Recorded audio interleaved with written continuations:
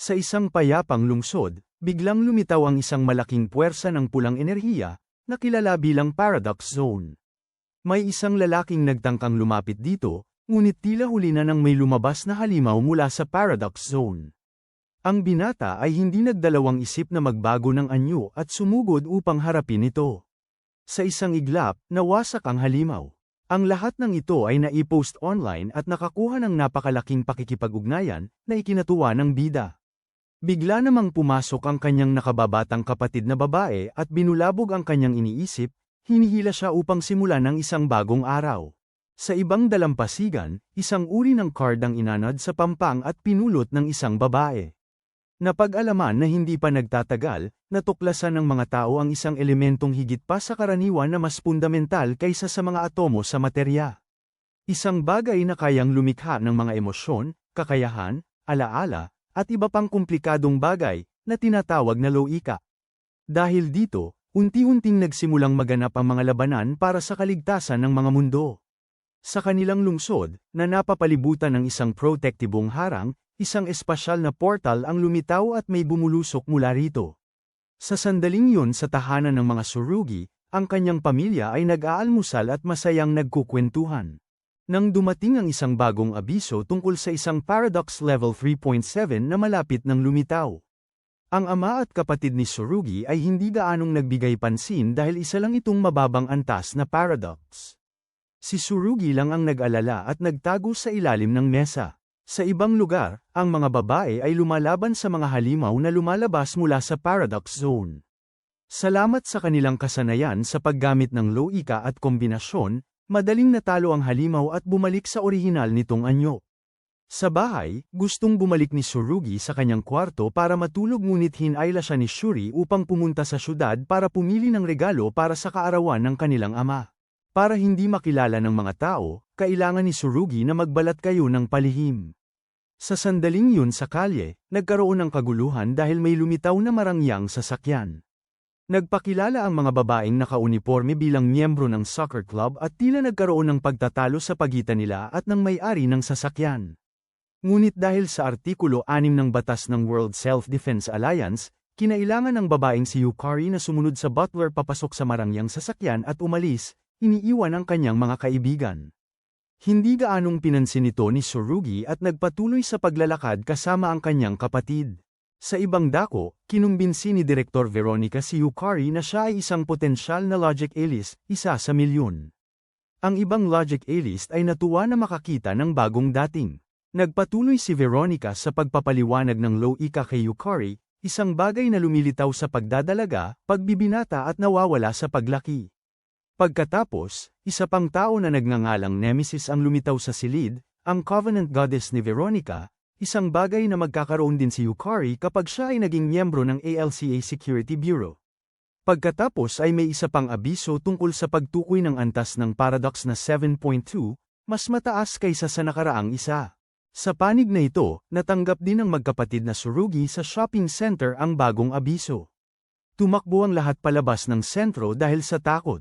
Sinabi din ni Tsurugi sa kanyang kapatid na tumakbo palabas, habang siya naman ang magsisilbing pain para ilayo ang halimaw.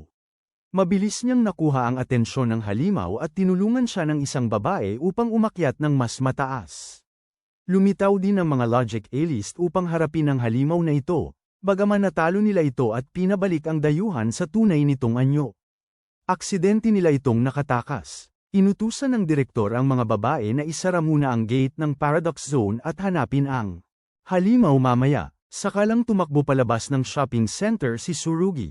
Nang makitang ligtas ang kanyang kapatid, mabilis siyang nagtungo sa ibang lugar para salubungin ang babaeng kakaligtas lang sa kanya. Nagpakilala siya bilang si Athena at pumunta rito upang maging kanyang Covenant Goddess, bilang isang logic A-list, upang protektahan ang kapayapaan ng mundong ito. Inilabas ni Athena ang logic card na nawala kay Tsurugi dati, na gusto niyang ipagpatuloy ang kanyang misyon. Nang mga sandaling yun, dumating ang kanyang ama at kapatid upang makasama muli si Tsurugi. Nang marinig ang mga salita ni Athena, ayaw agad ni Shiori na sumabak si Tsurugi sa labanan. Nais niya na ipagpatuloy niya ang pamumuhay bilang isang ordinaryong tao at huwag nang masangkot sa gulo. Sa sandaling yun, muling lumitaw ang Paradox Zone at ang halimaw na yun. Nang walang paabi, agad na sumulong si Tsurugi kasama si Athena.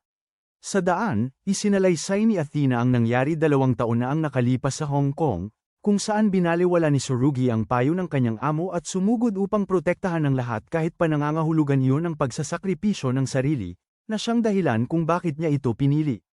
Medyo naantig si Tsurugi nang marinig ito, mabilis na isinuot muli ang kanyang log eye graph at gumawa ng kasunduan kay Athena.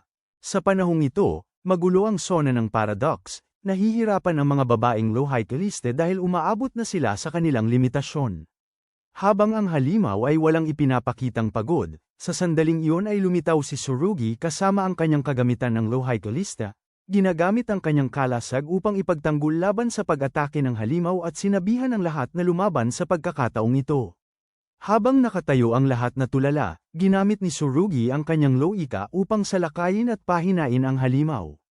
Ang mga babae naman ay sinamantala ang pagkakataon upang sumugod at harapin ang dayuhan. Matapos maayos ang lahat, bumalik si Tsurugi sa kanyang orihinal na anyo. Nagulat ang mga babae nang makita ito, mas nagulat pa na si Athena ang kanyang diyosa ng tipan. Sa wakas, naharap na ang dayuhan at maingat na ginamo ang mga nasugatan. Ang mga babaeng logic A-list ay nakikipag-usap kay Athena, karamihan sa kanila ay nagulat na isang lalaki ang pinili ni Athena habang ang iba ay hindi siya gusto. Hindi gaanong nakipag-usap si Tsurugi sa kanila at umuwi. Sa pagkakataong ito, lumitaw ang marangyang kotse at ang mayordomo sa kanyang pintuan. Ayaw pa rin ni Shuri na malagay pa sa panganib ang kanyang kapatid, ngunit matapos makinig kay Tsurugi, sa huli ay pumayag din siya.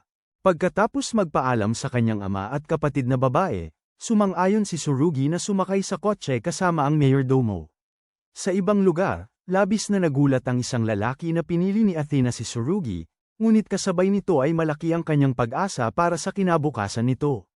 Sa ALCAA, salamat kay Veronica, nalaman ng lahat ang insidente 2 taon na ang nakalipas sa Hong Kong. Si Tsurugi ay isa sa iilang aktibong logic A-list na gumamit ng ipinagbabawal na overtrans. Habang hindi pa lubos na nauunawaan ng lahat ang overtrans, biglang pumasok si Tsurugi kasama ang kanyang milita. Siya ay magiging bagong miyembro ng ALCA. Ang leader ng kabataan na si Tamaki ay magpapakilala pa lang sana sa kanyang sarili at sa lahat nang putulin siya ni Tsurugi, na nagsabing gusto na muna niyang magpahinga, na ikinainis niya. Pagkapasok pa lang ni Tsurugi sa silid, nakita na niya agad si Athena doon. Lumabas na, upang mapatatag ang ugnayan sa pagitan nila, ang mga may kasunduan ay kinakailangang manirahan ng magkasama. Samantala, sa ibang lugar, isa pang logic A-list na lalaki ang nakatanggap din ng balita tungkol kay Tsurugi at tila siya napangisi. Sa oras na ito sa isang panaginip, ipinahayag ni Athena ang kanyang pagnanais na gumawa ng kasunduan kay Tsurugi. Nang halos maglapat na ang kanilang mga labi, biglang nagising si Tsurugi. Ngumiti si Athena nang may pagkalibang, ipinaliwanag na kapag gumawa sila ng tipan, nangangahulugan ito ng pagbabahagi ng loika sa isa't isa. Kaya kung kasama siya sa mga panaginip ni Athena, ay kasama rin siya sa mga panaginip ni Tsurugi. Samantala, dinala ni Athena si Tsurugi upang makilala ang pinuno ng ALCA na nagngangalang Garno. Pagbalik, ay itinuturing pa ring bagong miyembro si Tsurugi at kailangan niyang lumahok sa isang pagsusulit sa kakayahan pagkalipas ng 2 araw. Habang nag-uusap, ay lumitaw din ang binatang may blonde na buhok mula kanina, ipinapakilala ang sarili bilang si Olga Brightchild, isa ring logic A-list. Ginamit ng taong ito ang loika upang bigyan ng babala si Tsurugi na makakaharap siya ng kapahamakan sa araw ng pagsusulit kasama. 100% posibilidad. Hindi lubos na naintindihan ni Tsurugi, ngunit sa isang kisap mata, dumating ang araw ng pagsusulit.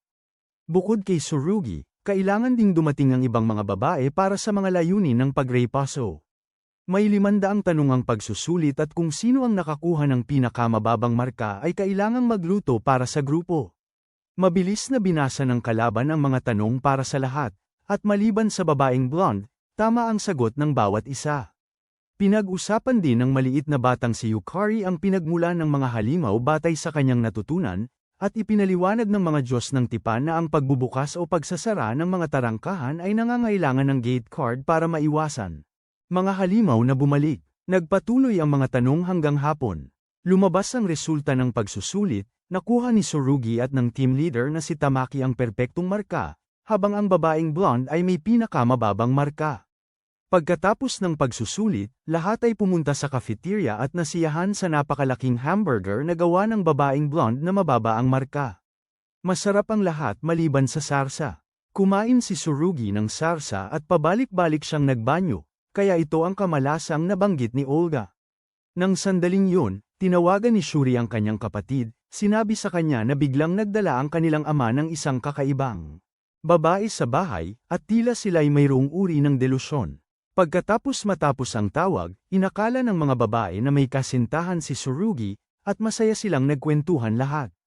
Si Tamaki naman ay tila naiinis pa rin sa kanya tungkol sa isang bagay. Ipinaliwanag ni Yukari na ito ay dahil sa kanyang bastos na pag-uugali kahapon.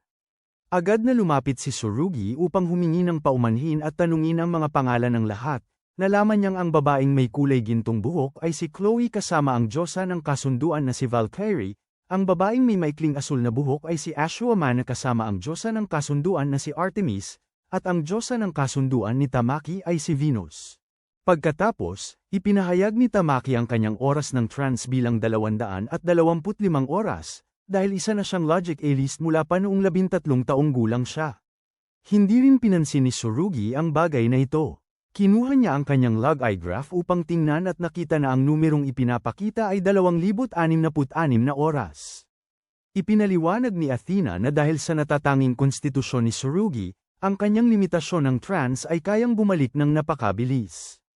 Naalala rin ni Tsurugi na noon, kaya niyang makabawi ng trance sa loob lamang ng 5 minuto ng pahinga. Lahat ay humanga sa kanyang talento. Pagkatapos ay nagtanong si Tsurugi tungkol sa logic A-list na lalaki na nagngangalang Olga, ngunit lahat ay bam-antong hininga lang. Sa ibang dako ng punong tanggapan, tinawagan ni Tsurugi ang kanyang matandang kaibigan para sabihin sa kanya na nakita na niya muli ang kanyang logic card at babalik na siya sa trabaho. Tumawag siya para tanungin ang kanyang kaibigan tungkol sa impormasyon kay Olga Breakchild, ngunit wala rin silang alam tungkol sa taong ito, at hindi gaanong pinag-uusapan siya dito ng mga tao. Si Olga ay nasa punong tanggapan din sa oras na ito, at tila iginagalang siya ng lahat. Pumunta si Olga sa pasilidad na kinaroroonan ng halimaw noon para pakawalan ito. Ang koponan ay kasalukuyang nasa sesyon ng pagsasanay kasama ang dayuhang iyon sa ilalim ng pagmamasid ng lahat mula sa labas. Ipinaliwanag ni Veronica na ito ay isang espasyo ng virtual reality na nangangalap ng impormasyon mula mga dayuhan at ginamit sila sa mga kunwaring labanan. Ang mga logic A-list ay magsasanay dito, at ang tactical data mula sa kanilang mga log eye graph ay kakalkulahin ng staff ng control room. Pipiliin ng mga logic A-list ang pinakamabisang paraan ng pag-atake upang talunin ang mga halimaw na dayuhan. Sa pagkakataong ito, pumasok din si Olga sa control room upang obserbahan ang pagsasanay. Sa simulation room, itinutok ni Mana ang kanyang baril na sandata sa halimaw, at sumugod din si Chloe gamit ang kanyang espada. Ngunit mabilis siyang napatalsik. Nang tila magigipit na siya, lumitaw si Tsurugi sa tamang oras dala ang kanyang kalasag upang protektahan si Chloe. Sa control room, tinukoy ang posisyon ng bawat isa. Si Chloe bilang center forward, si Mana bilang side back, si Tamaki bilang center back, si Tsurugi bilang keeper. Naglista si Yukari habang tinatanong si Veronica tungkol sa konsepto ng overtrance. Ipinaliwanag ni Olga para sa kanya na ito ay isang ipinagbabawal na teknik. Dahil ang lahat ng nilalang ay may 1,000 logic card, bawat panig ay nagbabahagi ng kalahati ng kanilang logic sa pagkakataon, kaya ang overtrance ay ang huling atake gamit ang lahat ng logic mula sa magkabilang panig. Gayunpaman, pagkatapos gamitin ito, pareho silang magdurusa ng hindi mabilang na sakit na paradox, at ang kanilang mga personalidad masisira. Sa kasalukuyan, lahat ay kontrolado ng log eye graph, at nang walang pahintulot ng direktor, wala nang sino man ang makakagawa ng overtrance. Sa palapag ng labanan, gusto ni Chloe umatake, ngunit gusto ni Tsurugi na si Mana ang gumawa nito. Mabilis na ginamit ni Mana ang kanyang loika upang sumugod sa halimaw at tapusin ito. Sa kabuuan, ang pagkonsumo ng lakas ng isip at katawan ay kalahati lamang kumpara sa dati salamat sa impluwensya ng loika ni Tsurugi. Kakagaling lang ng lahat sa training room nang makita nila si Olga. Lumabas na nakumpleto na niya ang lahat kaya hindi na niya kailangang magsanay kasama nila. Gusto ni Tsurugi na malaman ang tungkol sa kanyang Diyos ng pakikipagtipan at posisyon sa labanan. Ngunit sa sandaling ito, lumitaw ang isang mababang antas ng paradoha. Inutusan ni Veronica si Tsurugi na pumunta dahil naubos na ang trance ng iba. Hindi naintindihan ni Tsurugi kung bakit hindi nila itinalaga ang misyong ito kay Olga, ngunit walang tila sumagot sa tanong na ito. Sa daan patungo sa sona ng paradoha, pansamantalang isinantabi ni Tsurugi ang bagay na ito upang makipagtipan kay Athena. Dumating sila sa isang maliit na nursery kung saan humihingi ang dayuhan ng candy mula sa mga bata. Mabilis at madali itong hinarap ni Tsurugi. Sa control room, tahimik na pinagmasdan ng lahat si Tsurugi, hindi nila alam na si Olga ay nasa silong. Nais palayain ang halimaw mula sa kulungan nito. Muling nagpakita si Tsurugi upang tanungin kung ano ang layunin ng taong ito. Pagkatapos, pumasok si Athena na tumatakbo upang ipaliwanag na si Olga ay isang logic elise ngunit hindi pa nakakagawa ng tipan. Sa nakalipas na 2 araw, sinusubukan niyang lumapit sa dayuhang yun para lang subukang gumawa ng tipan dito. Hindi binanggit ng lahat si Olga dahil naawa sila sa kanya. Si Tsurugi ay nawala ng imik at mabilis na umalis upang makipagkita kina Garno at Tamaki. Tinawagan sila ni Garno upang ipahayag na si Tsurugi ang gagawing pinuno ng koponan. Pagkatapos, nagtanong si Tamaki kay Tsurugi nang may pagkalito kung bakit hindi niya agad pinigilan ang dayuhan. Dahil ang layunin nila ay iligtas ang taong nasangkot, hindi siya kumbinsido sa hiling ni Garno. Ngunit ang utos ay utos, kaya mabilis siyang umalis sa command room. Nakahiga si Tsurugi sa kama na naaalala ang kakapangyari lamang, na may bahagyang pakiramdam ng pagkakasala sa loob niya. Nang makita siyang balisa at hindi mapakali, umupo si Athena upang kausapin siya. Sa kabilang banda, malungkot si Tamaki sa nangyari at nais lumapit ni Venus upang aliwin siya ngunit tila hindi alam ang gagawin. Kinabukasan sa silid kainan, mabilis na umalis si Tamaki sa hapag bago pa ang lahat at lumisan. Nag-iwan ng tensyong kapaligiran sa silid. Ginamit ni Olga ang kanyang kakayahan upang ibunyag sa kanila na ang posibilidad na hindi susuko si Tamaki sa kanyang pangarap ay 70%. Gusto pang malaman ni Tsurugi ang higit pa, ngunit sinabi lang ni Olga sa kanya na dapat siyang magtanong sa pinuno ng grupo sa halip. Kaya mabilis na nagpunta si Tsurugi sa silid ni Veronica upang magtanong tungkol sa sitwasyon, gustong matuto pa tungkol kay Tamaki. Ayon kay Veronica, lumahok si Tamaki sa isang programa sa paghahanap ng kakayahan noong junior high school at mag-isang lumipat sa NIN. Ang pangarap niya ay maging isang doktor na dalubhasa sa paggamot sa mga taong may paradox sickness. Ngunit nang magising ang kanyang mga suliranin sa pag-iisip at siya ay inilipat sa Alka, sinubukan pa rin ni Tamaki na tuparin ang kanyang pangarap at naging pinakabatang leader ng grupo sa Alka.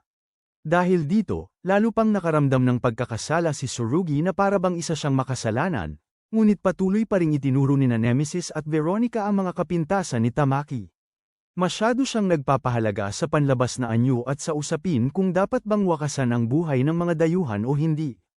Sa panahong ito, may isa pang abiso tungkol sa 2 bagong dayuhan sa timog na bahagi ng distrito ng Nian, Paradox Level 4 at Level 4.2. Isinantabi nilang dalawa ang bagay na ito upang isakatuparan ang misyon. Mabilis na nag-trance ang mga babae at balisa pa rin si Tamaki, tila sumasaway sa mga kahilingan ni Tsurugi, ngunit nanatili lang itong tahimik. Sa command room, inoobserbahan nina Olga at Veronica ang sitwasyon. Inilagay ni Veronica sina Tsurugi at Tamaki sa isang pangkat upang harapin ang halimaw. Sa amusement park, kampante ang dayuhang lalaki nang sumugod sina Chloe at Mana upang salakayin. Ang dayuhang babae ay inatupag nina Tsurugi at Tamaki. Ang dalawang halimaw sa pagkakataong ito ay isang succubus at isang incubus, na nagpakita ng ilang mga nakaraan, ngunit matalino silang nagtago, kaya lubhas silang mahirap hanapin. Sa oras na ito, iniulat ng mga tauhan sa control room na tumataas ang antas ng paradoha ng dalawang dayuhan. Lumilitaw na sila ang uri na sumisipsip ng loika mula sa kanilang paligid. Mabilis na inutusan ni Olga ang lahat na mag-ingat upang hindi tuluyang masipsip ang lahat ng kanilang loika. Mabilis na isinagawa ng dalawang magkaibang koponan ang kanilang mga misyon. Sa panig ng incubus, ipinagtanggol ni Tsurugi si Tamaki, habang sa panig naman ng succubus, nagbigay si Mana ng suporta sa likod ni Chloe. Sa puntong ito, si Chloe ay nataman at nasipsip na hanggang sa kanyang limitasyon, na nagbigay ng pagkakataon sa halimaw. Para sumugod sa kanya, nang tila matatalo na sila, dumating si Mana at ginamit ang sandata niya para tapusin ang dayuhan. Nagtagumpay ang Pain na plano ng dalawa. Hindi nagulat si Olga, tanging pakiramdam na ang pagpapares kina Tamaki at Tsurugi ay tila hindi makatwiran dahil pareho silang hindi malakas sa pag-atake. Sa panig ng succubus, iniutos ni Veronica kay Tamaki na umatake habang sinuportahan siya ni Tsurugi. Tila ayaw ni Tamaki na pumatay ng kahit sino, ngunit mabilis na naglabas si Venus ng sandata at gustong umatake. Dahil sa mabilis na pagtaas ng antas ng Paradox, tila hindi niya mapigilan ang utos. Patuloy na ginamit ni Tsurugi ang kanyang kalasag sa pagtatanggol, ngunit nang makitang hindi maganda ang sitwasyon, mabilis siyang nagpalit ng estratehiya, sumugod siya para umatake gamit ang kanyang kalasag. Ngunit hindi sapat ang lakas ng hampas para tuluyang mapatamba ang halimaw. Ito ang ikinagalit ng halimaw, at mabilis itong tumakas at nagtago. Nawalan sila ng bakas nito. Pagbalik sa punong tanggapan ng Alka, pinagsabihan si Tamaki dahil sa hindi pagsunod sa utos. Gusto sana ni Tsurugi na ipagtanggol siya, ngunit nanatili pa rin si Veronica sa pagsunod sa mga patakaran. Pagbalik sa kanyang silid, nakaramdam pa rin si Tsurugi ng matinding sama ng loob para kay Tamaki, at ibinahagi ni Athena ang kanyang damdamin. Noong gabing yun, malungkot na pinanood ni Venus si Tamaki na nakayukayok na tila ba sumusuko na. Ngayon, lumitaw muli ang halimaw sa lungsod. Sa kasalukuyan, sina Chloe at Mana ay parehong naabot na ang kanilang limitasyon at hindi na makasalakay, kaya personal na sumabak sa labanan si Veronica habang nagbibigay ng suporta si Tsurugi. Pagdating sa madiskarteng lokasyon, mabilis na ginamit ni Veronica ang isang pamamaraan ng pagwasak upang harapin ang dayuhan, nais itong wakasan agad. Ginamit ni Tsurugi ang kanyang kalasag upang protektahan ang mga nadala, pati na rin upang protektahan si Veronica kapag kinakailangan. Sa silid ni Tamaki, nalulungkot siya nang makatanggap ng biglaang abiso sa kagipitan. Gusto nang sumuko ni Tamaki sa misyon, ngunit hinayla ni Venus ang kamay niya, gusto nitong sumama sa kanya. Sa panig na ito, nakita ni Tsurugi si Veronica na patuloy na gumagamit ng logic drive upang magdulot ng matinding pinsala sa paligid at gusto niya itong pigilan. Ngunit pinaalalahanan siya ni Veronica na sundin ang mga utos ng direktor. Ang mga nasugatan ay nakahandusay sa kalsada. Gusto ni Tamaki na gamutin sila, ngunit pinaalalahanan siya ni Venus sa kanilang misyon. Pansamantalang iniwan na lamang ni Tamaki ang mga nasugatan at tumakbo patungo sa kinaroroonan ng halimaw. Sa pagkakataong ito, gumamit ang dayuhan ng bagong teknik, gamit ang kapangyarihan ng kadiliman upang sumugod kay Tamaki. Sa malayo, ngunit sa pagkakataong ito ay gumamit siya ng sandatang panlaban para protektahan ang lahat. Iniutos ni Veronica kay Tamaki na mabilis na talunin ang dayuhang ito. Pinayuhan din siya ni Venus na harapin ito. Tanging si Tsurugi lang ang nagpayo sa kanya na muling pag-isipan. Matapos makipagbuno sa kanyang mga iniisip sa loob ng ilang sandali, nagpasya si Tamaki na piliin ang pareho at ginamit ang atake ng love dance para talunin ito. Matapos maayos ang lahat, kinausap ni Veronica si Tsurugi, na nagpapahayag na hindi niya kinakailangan si Tsurugi na tanggapin ang malupit na pamamaraang ito. Ngunit lahat sila ay may ibinahaging misyon na dapat tapusin. Mabilis na natapos doon ang lahat. Kinabukasan sa hapagkainan, lahat ay nag-aalala para kay Tamaki, natatakot na hindi siya darating. Ngunit sa sandaling ito, bumaba rin si Tamaki, humihingi ng tawad sa lahat para sa kanyang mga ginawa sa nakaraang ilang araw. Nang marinig ito, mabilis na lumapit si Chloe sa kanya at kasama si Mana, pinawi ang kanyang pangamba upang ibalik ang normal na kapaligiran. Sumingit din si Olga ng ilang random na salita upang makatulong pag-aani ng pakiramdam sa silid. Lumapit naman si Tamaki kay Tsurugi, pinasalamatan siya sa pagpigil sa kanya noong araw na yun, at ipinahayag na mas magtitiwala siya rito sa hinaharap. Masaya rin si Tsurugi sa lahat. Bagaman magkakaiba ang kanilang pananaw, iisa ang kanilang layunin para sa kapayapaan ng mundo. Sa mapayapang silid na ito, dumating ang isang abiso ng kagipitan tungkol sa paglitaw ng isang bagong dayuhan, na may mataas na antas ng paradox na umabot sa 9.8. Ngunit habang inihahanda nila ang kanilang pormasayo ng pag-atake, naglaho ang abiso at ang posisyon ng panganib, na parang hindi ito kailanman umiral, na nag-iwan sa lahat na naguguluhan. Ginamit ni Olga ang kanyang kakayahan upang hulaan na ang pagwasak sa succubus na yun ay nagpagalit sa mga Diyos ng demonyo. Narinig ito ni Tamaki at naramdaman na kasalanan niya. Habang ang lahat ay nagpapalagay-lagay pa, tanging si Athena lang ang tila may naramdaman at taranta na lumabas, nakasalubong ang isang may hawak na batang babae. Si Lucifer ito, na nagpaliwanag na gusto lang niyang subukan ang pakiramdam ng pagka-trans kahit minsan. Tinanong ni Athena kung ano ang kanyang layunin. Sinabi lang ni Lucifer na dahil wala na siyang lugar doon, kaya siya naparito. Ito ang nagpag-alala kay Athena para sa kinabukasan ng mundong ito. Lumipat ang eksena sa isang stadium kung saan lumitaw ang isang dambuhalang dayuhan, at agad na sumugod ang isang logic A-list upang harapin ito. Dahil sa sunod-sunod na pag-atake, hindi na nakakilos ang halimaw bago pa ito masupil. Nasaksihan ng batang si Chloe ang lahat ng ito. Sinasamba ang Logic A-list at gustong makipagkaibigan sa kanya. Nagpapalaki rin ng pangarap na maging isang Logic A-list tulad nila, at kailangang maging pinakamagaling. Sa pagbalik sa kasalukuyan, tumatakbo si Chloe sa kalsada ng maaga sa umaga, dumarating sa isang lugar na lubusang kinordonan. Naroon si Veronica kasama ang ibang miyembro, pinapaalalahanan si Chloe na huwag tumakbo sa ganoong mga lugar. Kahapon, pagkatapos gumawa ng malaking paradox zone, mabilis na naglaho ang dayuhan.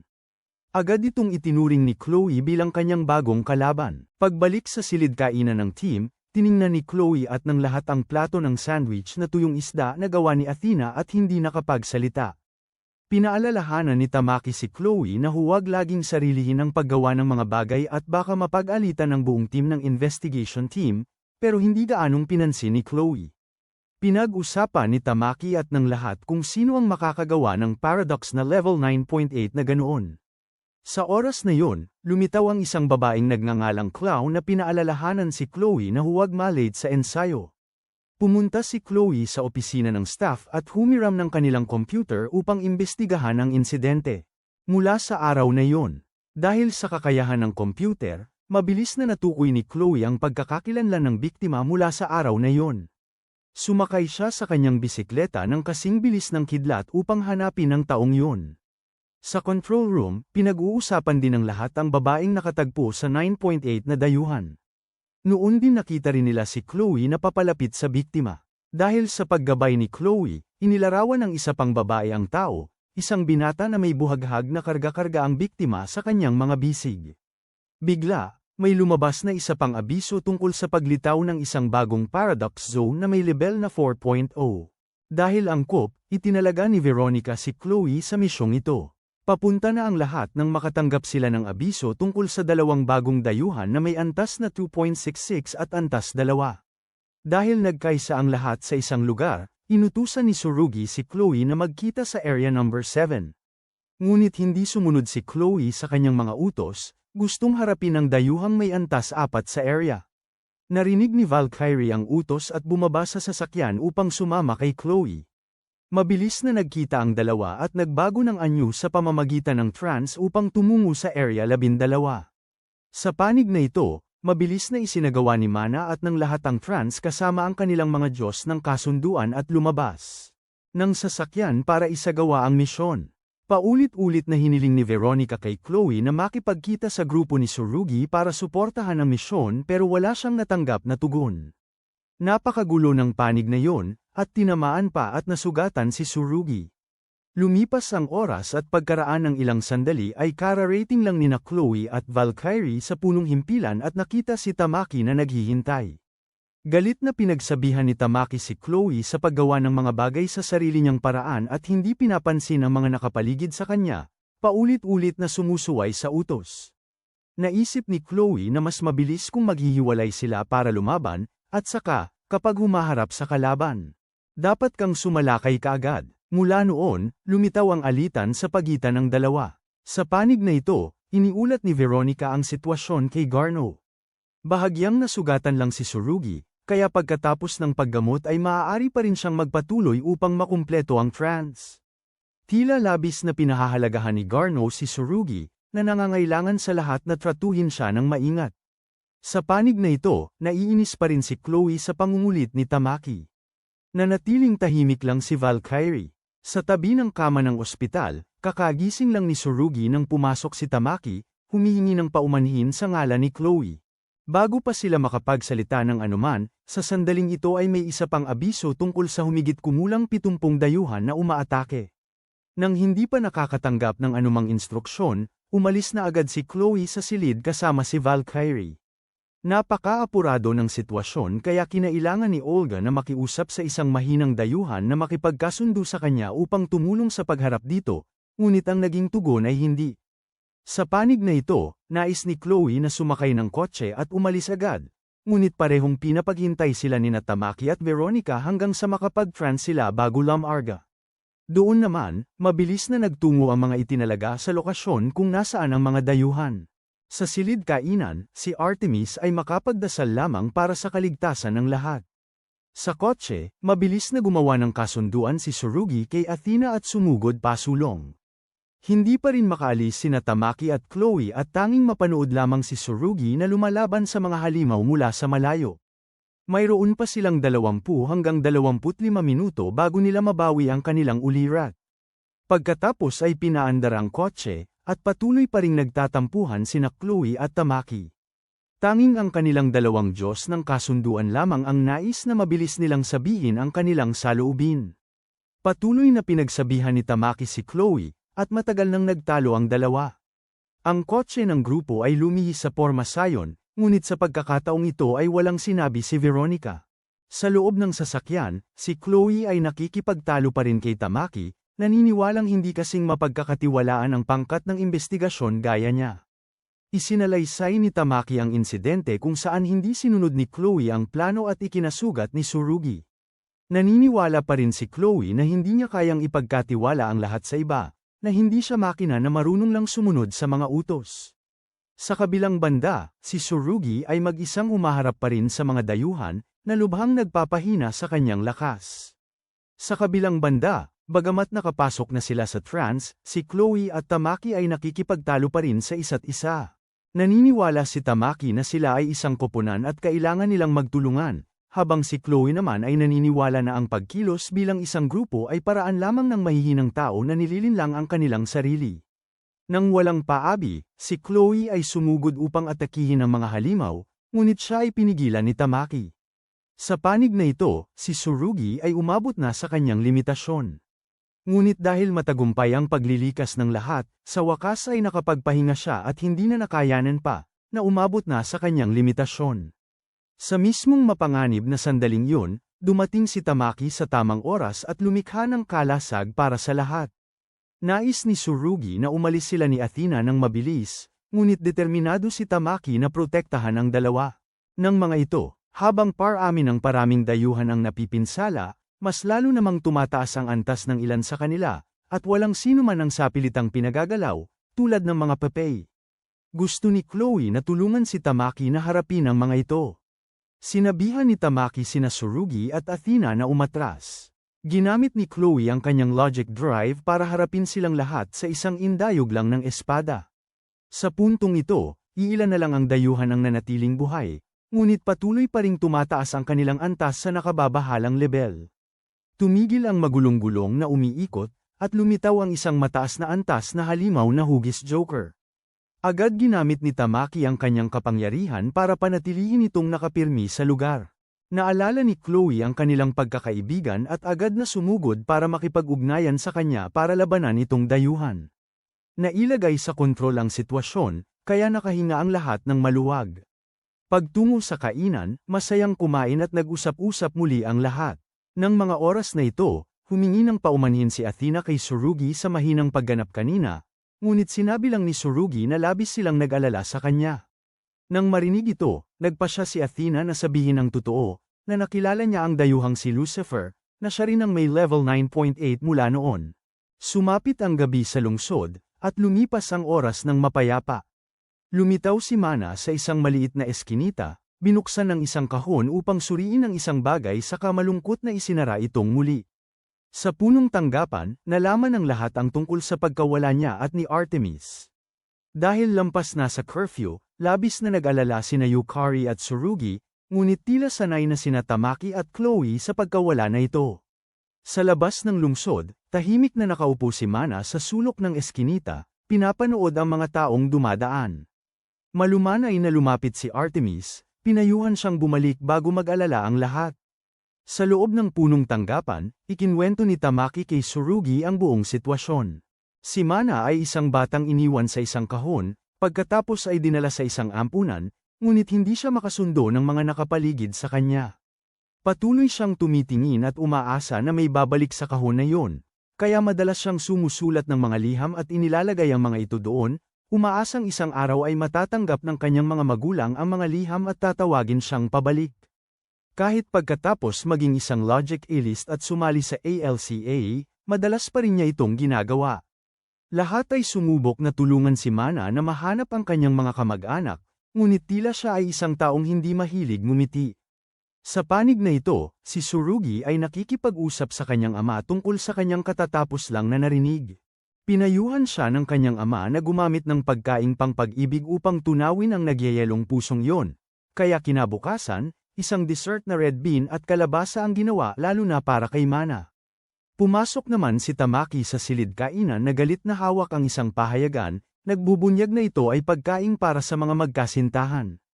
Natahimik si Tsurugi at sa kanyang isip ay kinagalitan ang kanyang ama, habang tahimik namang umalis si Mana sa hapag-kainan. Nang oras na para mag-jogging, tumakbo si Tsurugi patungo sa lugar kung saan nagsasanay si Mana upang ipaliwanag ang insidente kaninang umaga sa kanya, at may nais din siyang sabihin.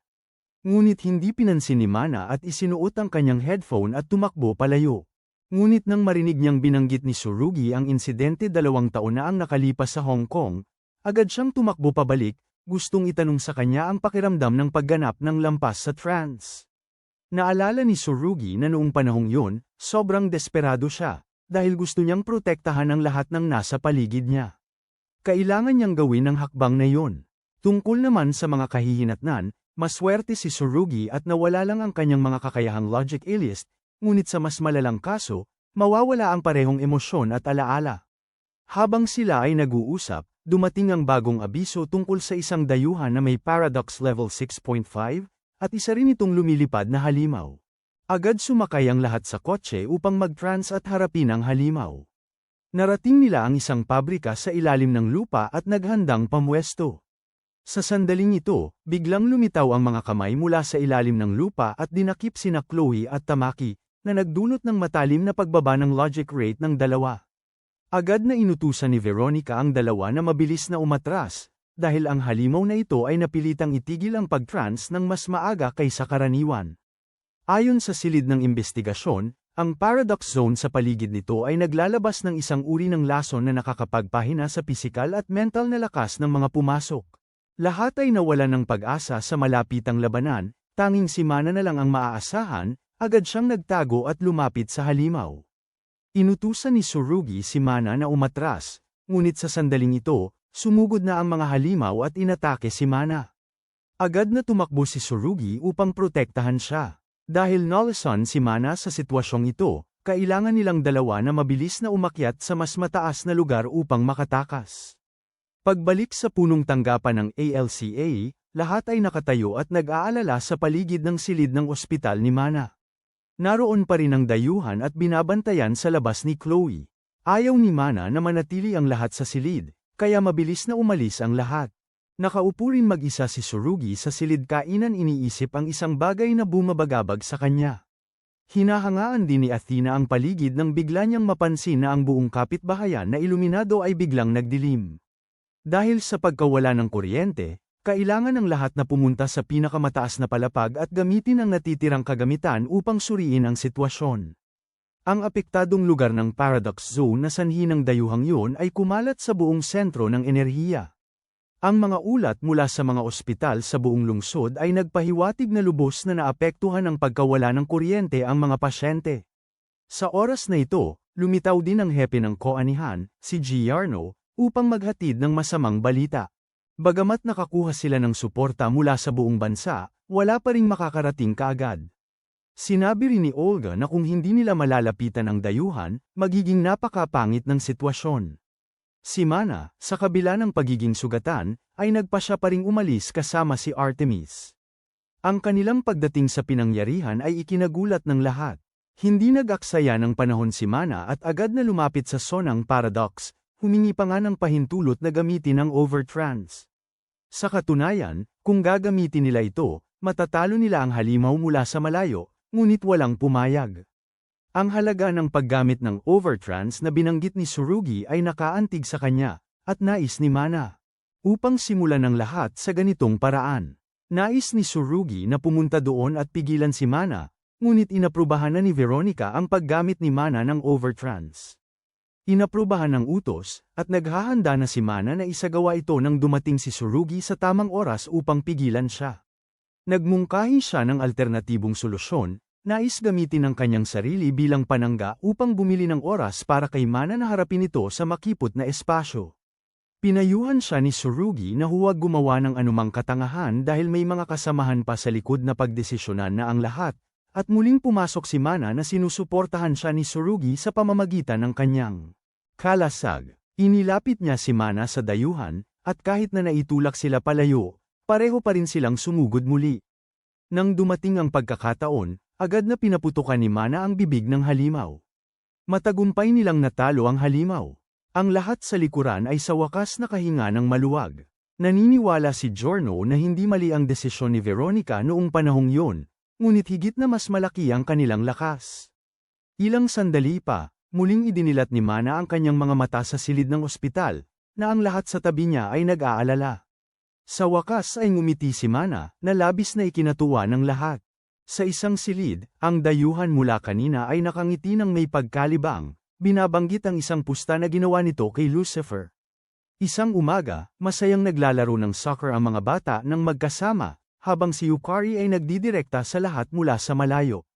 Pagkatapos ay biglang nagbago ang tagpo, at si Yukari ay nakatayo sa field kasama ang kanyang mga kaibigan mula sa ALCA, na patuloy na nagsasabi sa kanya na sip A ng bola.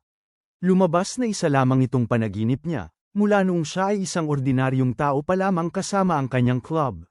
Pagkatapos batiin si Chloe, sinimulan niya ang kanyang bagong araw sa punong tanggapan ng ALCA. Pagkatapos makipag-usap kay Chloe, nagpunta si Mana upang makipagkita sa isang tao sa silid ng investigasyon na nagngangalang Kitoka. Nag-usap sandali ang dalawa, hindi pinapansin ang dayuhan sa selda na patuloy na umiiyak dahil sa ginaw. Iyon si Quetzalcoatl, ang halimaw na sanhi ng kamakailang pagkawala ng kuryente. Malala ang pinsalang dulot nito, na naging dahilan pa ng pagkansela ng pagtatanghal ni Akatsuki, isang idolo na gusto ni Kitoka. Matapos mag-usap sandali, bumalik si Yukari na may daladalang tumpok ng gamit, mga bihirang tsokolate na ibinigay sa kanya ni Kitoka. Nasiyahan ang lahat sa tsokolate, at mabilis na gumawa si Yukari ng tsaa para sa lahat. Bawat isa ay may sariling kagustuhan, ngunit kaya niyang asikasuhin silang lahat. Humigop ng tsaa si Artemis habang inaalala ang unang araw na nakilala niya si Mana, isang babaeng mas malamig kaysa ngayon, ngunit napakahina rin, kaya't ginusto ni Artemis na protektahan siya. Pinuri ni Yukari ang malapit na ugnayan ng dalawa, ipinahayag kung gaano siya kasaya na makitang napakasaya ni Artemis. Pareho silang naniniwala na salamat kay Tsurugi kaya nagawa ni Mana na gibay ng pader ng depensa sa kanyang puso at ngumiti sa kanila. Sa puntong ito, pinuri ni Artemis ang talento ni Yukari sa pag-unawa sa puso ng mga tao. Habang nag-uusap sila, ipinatawag si Yukari sa training room kasama si Olga. Sa bubong, ang nakikipagkasundo sa kanya sa pagkakataong ito ay si Athena. Si Tsurugi at ang lahat ay nagmasid mula sa labas. Nais ni Veronica na subukan nilang mag-trans sa isa't isa, ngunit tila hindi ito nagtagumpay. Turn-o na ni Olga, ngunit bago pa man siya makahakbang, nakatanggap siya ng abiso na nabigo ang trans. Hindi inisip ni Olga na siya ay mahina, ngunit inisip niya na si Athena ay hindi sapat ang lakas upang makipag-trans dito.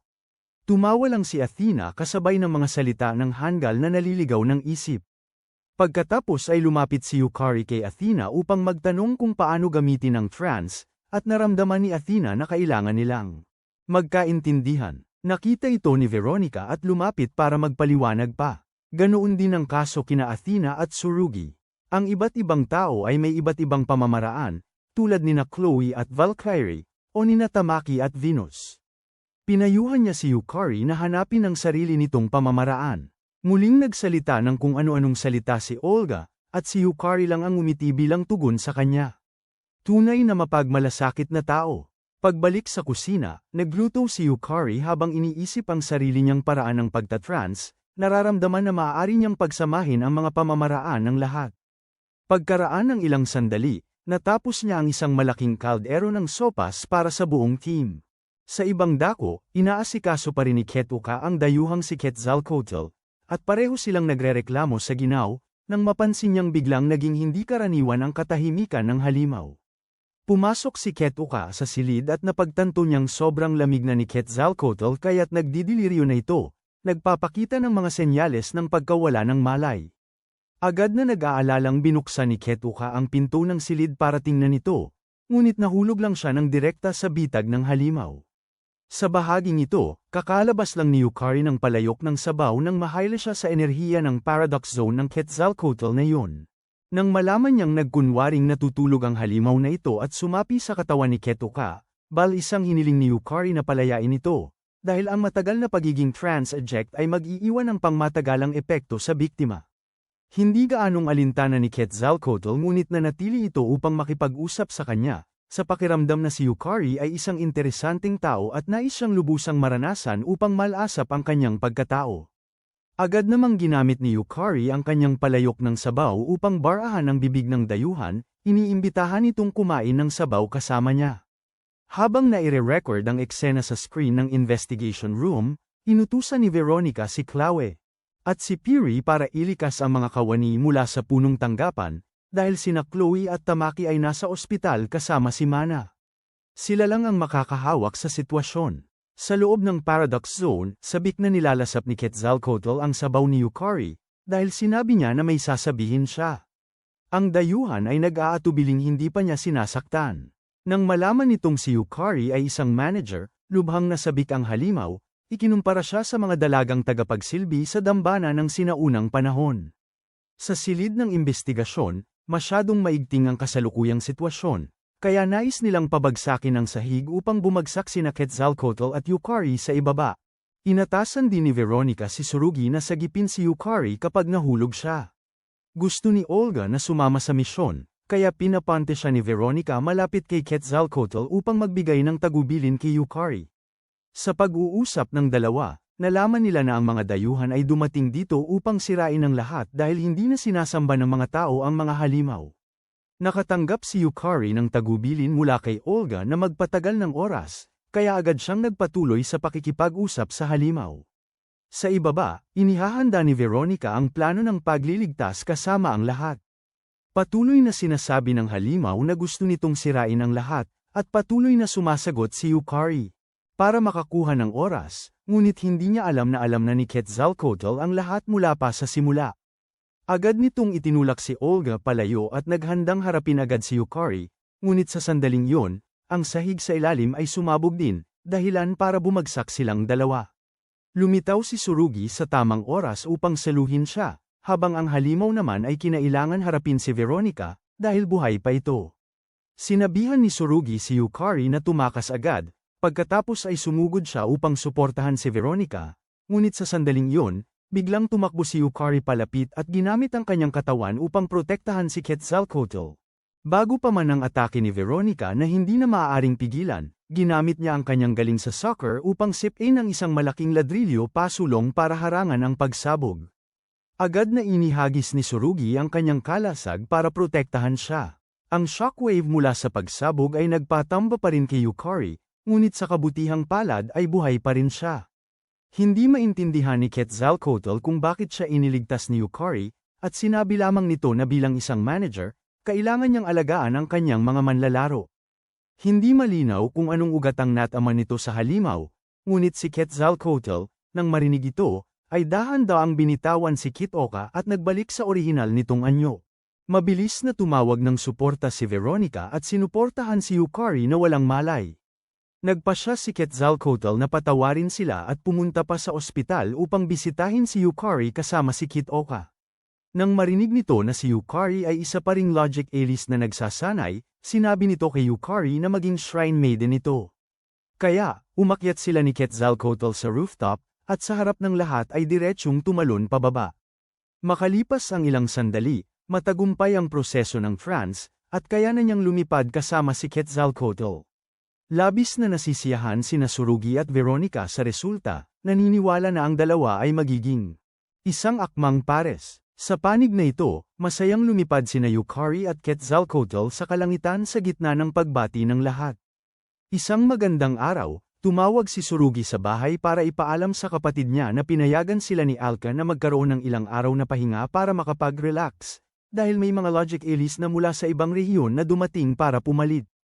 Parehong masayang gustong magdaos ng salo-salo ang kapatid niyang si Shiori at ang tatay niyang si Rentaro para salubungin siya pauwi. Inimbitahan ni Surugi si Athena na sumama pauwi, kaya kinabukasan, pareho silang dumating sa bahay niya. Masayang sinabihan sila ni Shiori na pumasok sa loob. Sa sala, hindi lang si Athena, kundi lahat ng tao mula sa punong tanggapan ng Alka ay dumating upang ipagdiwang ang kaarawan ni Surugi, dahil pala inimbitahan sila ni Shiori. Matapos ang sandaling pagkabigla, bumantong hininga si Surugi at tinanong si Shiori, dahil ang totoo hindi niya kaarawan ngayon, ngunit pinadalhan ng babaeng ito ng imbitasyon ang lahat para maparito silang lahat. Gayunpaman, walang nagalit, dahil ito pa rin ay isang okasyon para magsaya ng magkasama. Sa sandaling iyon ay may narinig na tunog mula sa ibaba, at si Surugi, takot na baka nagdala ng ibang babae sa bahay ang kanyang ama. Dali-dali siyang bumaba upang tingnan. Pagdating niya sa hagdan, labis siyang nagulat nang makita sa pintuan sina Veronica, Nemesis, at ang kanyang ama na nakabalik na. Lumabas na nagkita sila sa isang bar at napadaan dito, at ginamit din ni Rentaro ang parehong dahilan ni Shiori para imbitahan ang mga nakatataas sa anak niya sa bahay. Nang magtipon-tipon na ang lahat, pumasok si Shiori at ang iba pa sa kusina para magluto. Bawat isa ay tumulong sa paghahanda ng mga putahe para sa hapunan. Inatasan sina Surugi at Olga na ayusin ang mga lamesa at upuan at maglinis.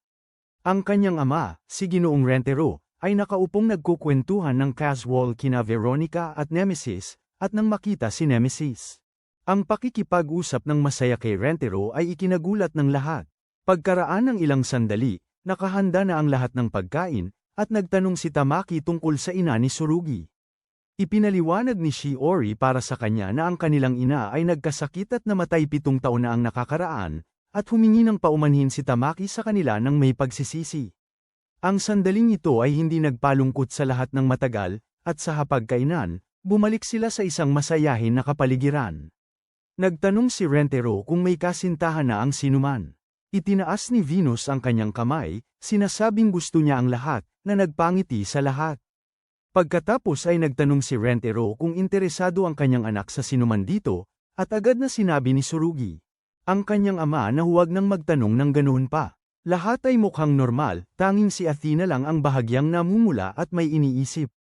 Pagkatapos ng hapunan, dumating ang oras ng paglilibang, at nagpatuloy si Yukari sa kusina kasama si Quetzalcoatl upang gumawa ng panghimagas. Pumunta sina Tamaki at Venus upang magbigay-pugay sa larawan ng alaala ng ina ni Surugi. Lihim na pumasok si Chloe sa silid ni Surugi para magdoodle, dahilan para hindi niya ito mapag-alitan. Tinapos ni Mana ang natitira niyang hapunan kasama si Artemis. Napansin naman ni Surugi na wala si Athena. Ipinaliwanag ni Veronica na namili lang ito, at ang pagkarinig nito ay nagdulot ng kaunting pag-aalala kay Surugi. Tungkol sa kanya, si Athena ay namimili habang iniisip ang sinabi ni Ginoong Rentaro kanina. Sa sandaling ito, nakita niyang muli si Lucifer, napapalibutan ng mga babaeng patuloy na humihiling sa kanya na ipagpatuloy ang pagpapatrans. Gusto nang umalis ni Athena ngunit tinawag siya pabalik ni Lucifer. Sa kabilang banda, naghintay si Surugi sa labas sandali at hindi niya nakita ang pagbalik nito, kaya siya na mismo ang humanap sa kanya. Sa panahong ito, pumunta sina Athena at Lucifer sa ibang patio para mag-usap. Sa pamamagitan ng kwento, nalaman natin na si Lucifer ang nagdulot ng digmaang 100 taon kung saan sila nagmula, at kasalukuyan ay gusto lang niyang mag-enjoy sa buhay dito. Madaling napansin ni Lucifer na gusto ni Athena si Surugi, ngunit sinabi lang niya na hindi siya makikialam sa buhay ni Surugi.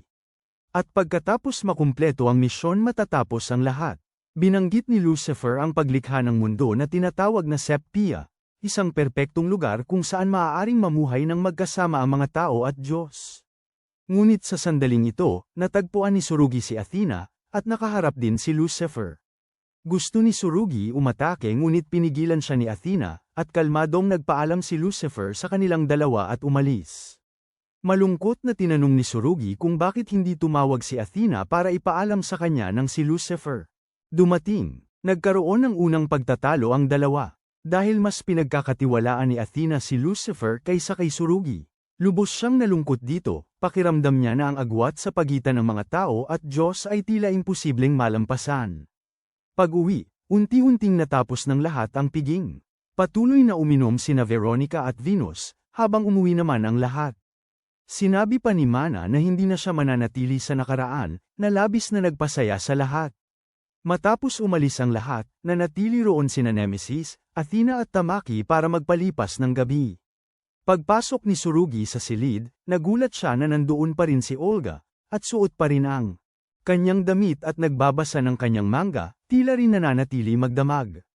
Sa panig na ito, nanunood si Nemesis ng horror movie kasama si Shiori, habang si Tamaki at Athena ay naligo. Sa banyo, napansin ni Tamaki kanina na may kakaibang tensyon sa pagitan ni Tsurugi at Athena, kaya mahinahon siyang nagtanong. Sinabi ni Athena sa kanya ang nangyari. Humingi rin ng paumanhin sa lahat dahil ang kanyang hidwaan ang naging sanhi at sinabi niyang babalik siya agad kapag naresolba na ang lahat. Pagkatapos makinig, mahinahon na niyakap ni Tamaki si Athena, pinasalamatan din siya sa pagtulong sa kanila. Sa silid tulugan, sinabi rin ni Tsurugi kay Olga ang lahat ng nangyari.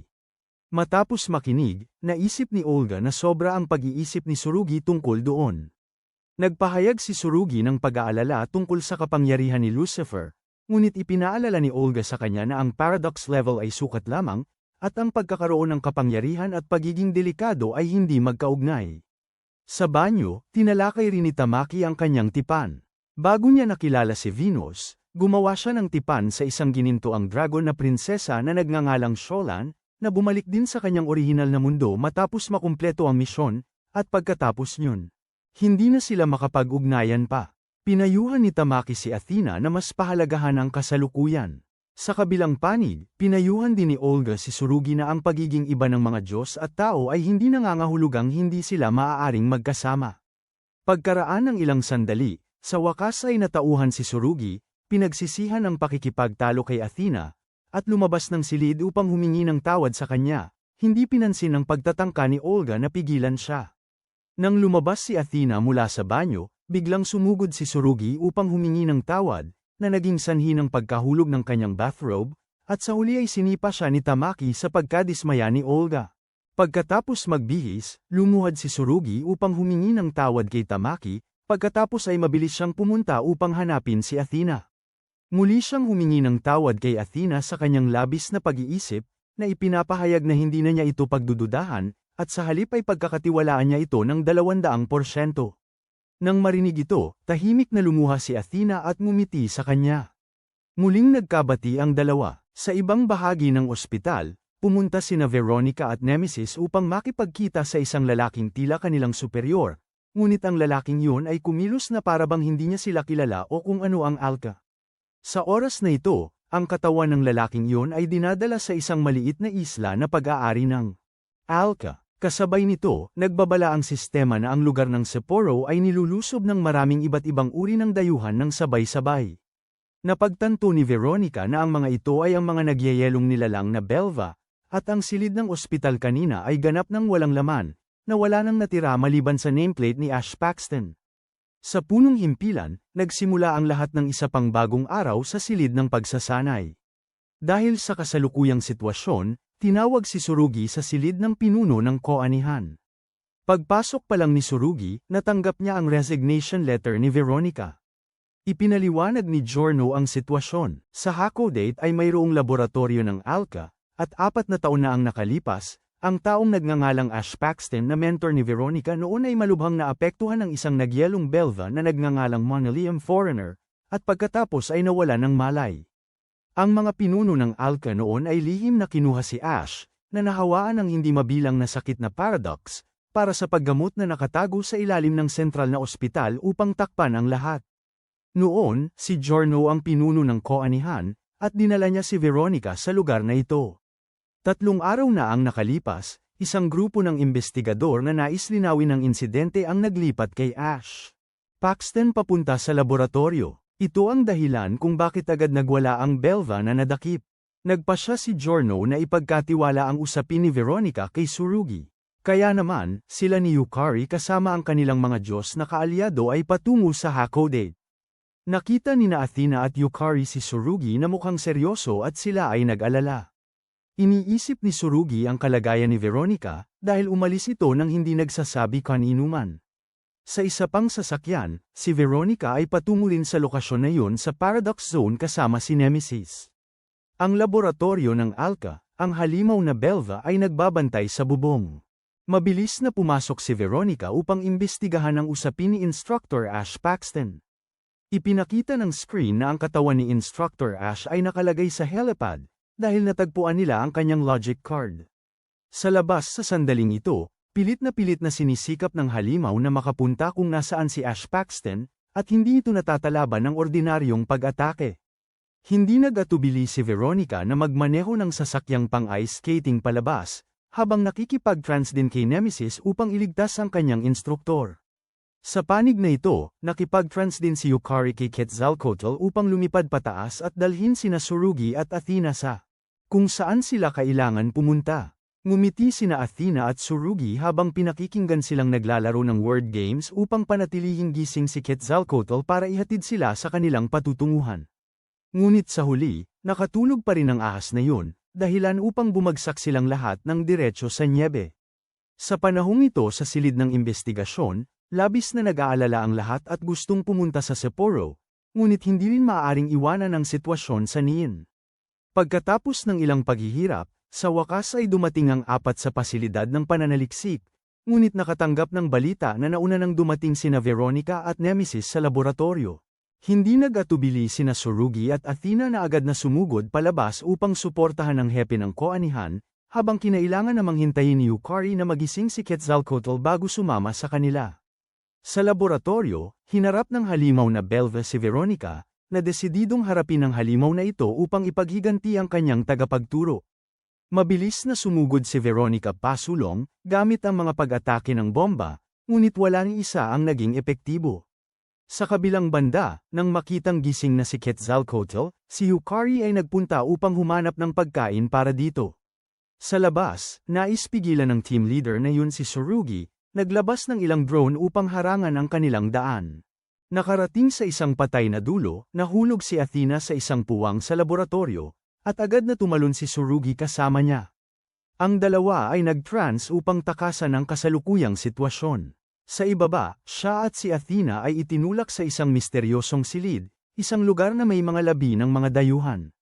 Sa silid ng investigasyon, si Garno ay pirinilabag ang seguridad ng Hakodate. Ayon sa mga tala, sa isang laboratorio sa Hakodate, lahat ay nagbabala na nais ng Belva na itigil ang trans, ngunit inutusan pa rin sila ni Orlev na magpatuloy, hindi kanselahin ang eksperimentong ito, lahat para sa isang mundo na tinatawag na Sepia. Naintindihan na ngayon ng lahat ang pinagmulan ng kakaibang halimaw na iyon.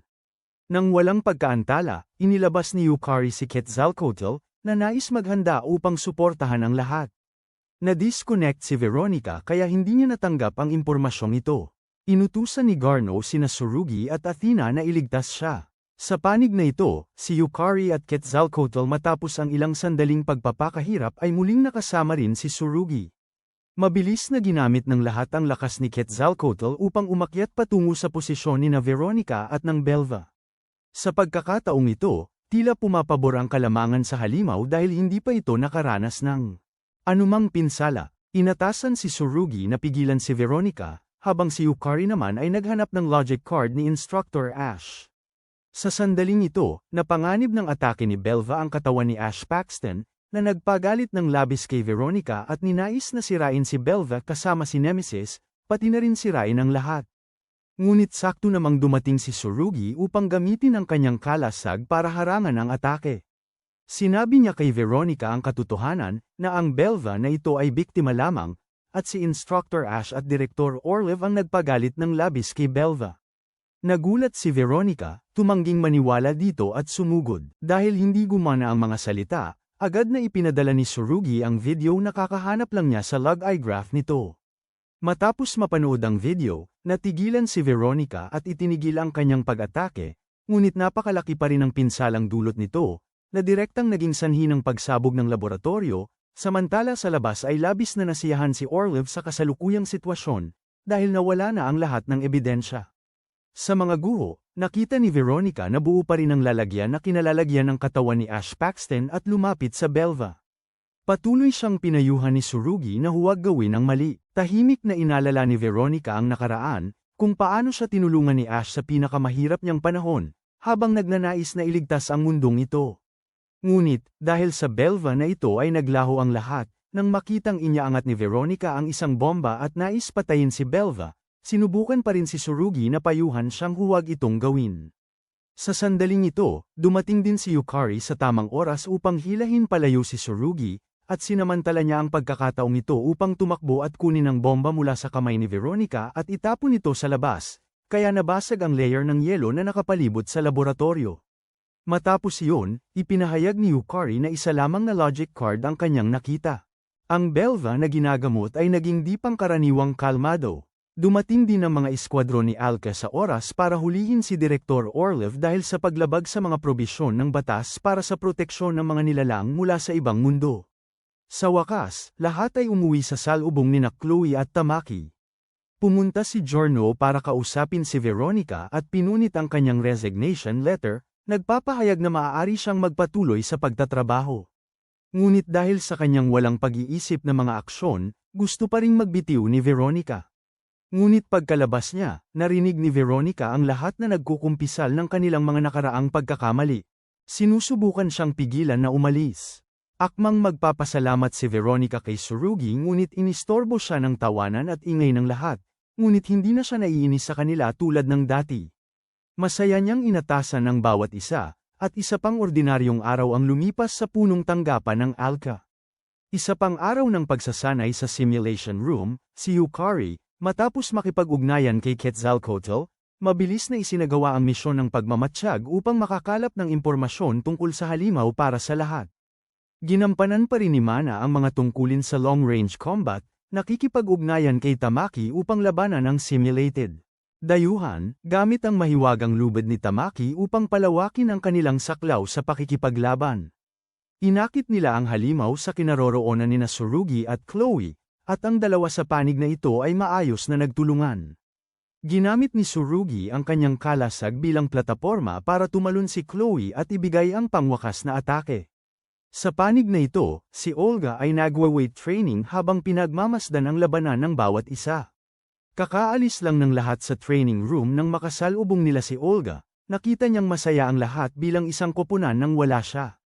Hindi maiwasang malungkot ni Olga at nagbitiw ng ilang mapanuaang puna. Pagbalik pa lang niya sa kanyang silid sandali, dumating si Tsurugi upang pasalamatan si Olga sa nangyari kanina, ipinahayag din na napakahalaga ng kanyang papel sa grupo. Bago pa man ang inabot na kamay ni Tsurugi, hindi tumugon si Olga at isinara lang ng padabog ang pinto, dahil ang kawalan niya ng sariling Diyos ng tipan ay tila paring tinik sa kanyang puso. Sa ibang araw, kara-rating lang ni Olga sa lugar ng detention para sa mga dayuhan nang makilala niya ang isang bagong miyembro ng staff na nagngangalang Mickey, na tila napaka-friendly at nagpakita ng malaking paggalang kay Olga, ngunit hindi niya gaanong pinansin at nagpatuloy lang sa paglalakad papasok. Patuloy siyang nagpunta upang maghanap ng mga dayuhan na gustong makipagkasundo sa kanya, ngunit lahat ay tumanggi at ang ilan ay nagpakita pa ng paghamak. Nang siya ay mawalan ng pag-asa, isang dayuhan na nagngangalang Enlil ang bumati sa kanya. Inanyayahan ito ni Olga na makipagkasundo sa kanya, at agad namang pumayag si Enlil pagkarinig nito, na nagsabing gusto nito ng isang araw sa labas upang asikasuhin ang kailangan nitong gawin. Hindi sana papayag si Olga, ngunit nang marinig niyang sinabi ni Enlil na ang lakas nito ay katumbas ng kay Lucifer, agad siyang bahagyang nag-alinlangan. Nang mga sandaling iyon sa labas ng bilangguan, madaling nakalusot si Lucifer sa mga gwardya upang makapasok sa loob, nakakagulat. Mickey, sa silid ng punong himpilan, inayos ni Garno ang pakikipagpulong kina Veronica at Nemesis. Katatapos lang nilang buudin ang insidente sa Hakodate at naghahanda ng magbigay ng mga direktiba para sa bagong linggo, Nang biglang may anunsyong umalingaw tungkol sa isang dayuhan na lumitaw bilang panauhin, isang nagpakilalang Lucifer at gustong makilala ang pinakamalakas na tao rito. Dahil sa sitwasyong ito, agad na pinalikas ng mga tauhan ng silid investigasyon ang lahat at agad na isinara ang base. Narinig ng mga logic analyst at ni Olga ang balita at sabay-sabay silang tumakbo sa itaas na palapag upang masdan ang sitwasyon. Nakita ni Garno si Lucifer na pumasok at ngumiti bilang pagtanggap. Walang anumang presyon o tensyon sa himpapawid. Mabilis na napunta ang dalawa sa pangunahing paksa. Gusto ni Lucifer na sumali sa Alka at makipagtipan sa isang tao dito. Ipinaabot niya na gusto lang niyang tamasahin ang buhay niya sa Earth, at ang pagsali sa organisasyong ito ay makikinabang sa magkabilang panig. Habang nag-uusap pa ang dalawa, agad na sumigaw si Olga sa kanyang pangalan at gustong makipagtipan kay Lucifer. Ngunit agad siyang pinutol ni Garno, ipinahayag na dahil walang alam ang organisasyon tungkol kay Lucifer, hindi pa nila mapagkakatiwalaang ipasa ang isang logic analyst sa kanya. Nang marinig ito, iminungkahi ni Lucifer na maging magkaibigan muna sila, at maingat na nakipagkamay si Garno sa kanya. Pagkatapos ay umalis si Lucifer, hindi nakalimutang magpakita ng interes kay Olga bago lumisan. Nang hamupa na ang lahat, agad na pinuntahan ni Olga sina Veronica at Garno upang ipahayag ang kanyang pagkadismaya, iniisip na ayaw ng organisasyon na gumawa siya ng tipan. Ipinaliwanag ni Garno na wala siyang intensyon na pigilan ito at sa katunayan ay lubos ngunit kailangan din nilang maging mas mapagbantay dahil ang taong iyon ay ang nahulog na anghel na si Lucifer. Galit na nagpunta si Olga sa simulation room at pumili ng isang mababang antas na dayuhan para labanan ng isa-isa. Habang nakikipaglaban, galit siyang sumigaw sa kanyang sarili, hindi maintindihan kung bakit madaling nakakagawa ng tipan ang lahat, mula kay Tsurugi hanggang kay Yukari, maliban sa kanya. Samantala, nasaksihan ni Miki ang eksenang ito at kumari pa ng takbo para subukang patigilin ang simulation system. Madaling natalo si Olga ng mababang antas na halimaw na yon, at sa kabutihang palad bago pa siya nito tuluyang matapos. Natigil ni Miki ang simulation sa tamang oras para makatakbo papasok. Sinampal niya si Olga dahil sa kanyang padalos-dalos na kilos, pagkatapos ay mabilis niya itong hinayla sa isa pang silid para panggagamot. Matapos marinig ang sitwasyon, sandaling tumahimik si Miki, pagkatapos ay pinayuhan na kailangan lang niyang magtanong ng impormasyon mula sa isang taong kilala si Lucifer. Nang marinig ito, agad na pumunta si Olga sa piitan kung saan hawak si Lil upang magtanong tungkol sa ngunit humingi ito ng kapalit na isang araw na kalayaan. Matapos ang panloob na pakikibaka, nagpasya si Olga. Kinagabihan, muling tumunog ang alarma, dahil ang isang dayuhan na nagngangalang Lil ay nakawala mula sa lugar na pinananatilihan at nagdulot ng paglipat kay Olga, isang miyembro ng staff sa piitan, at ang taong yun ay si Olga.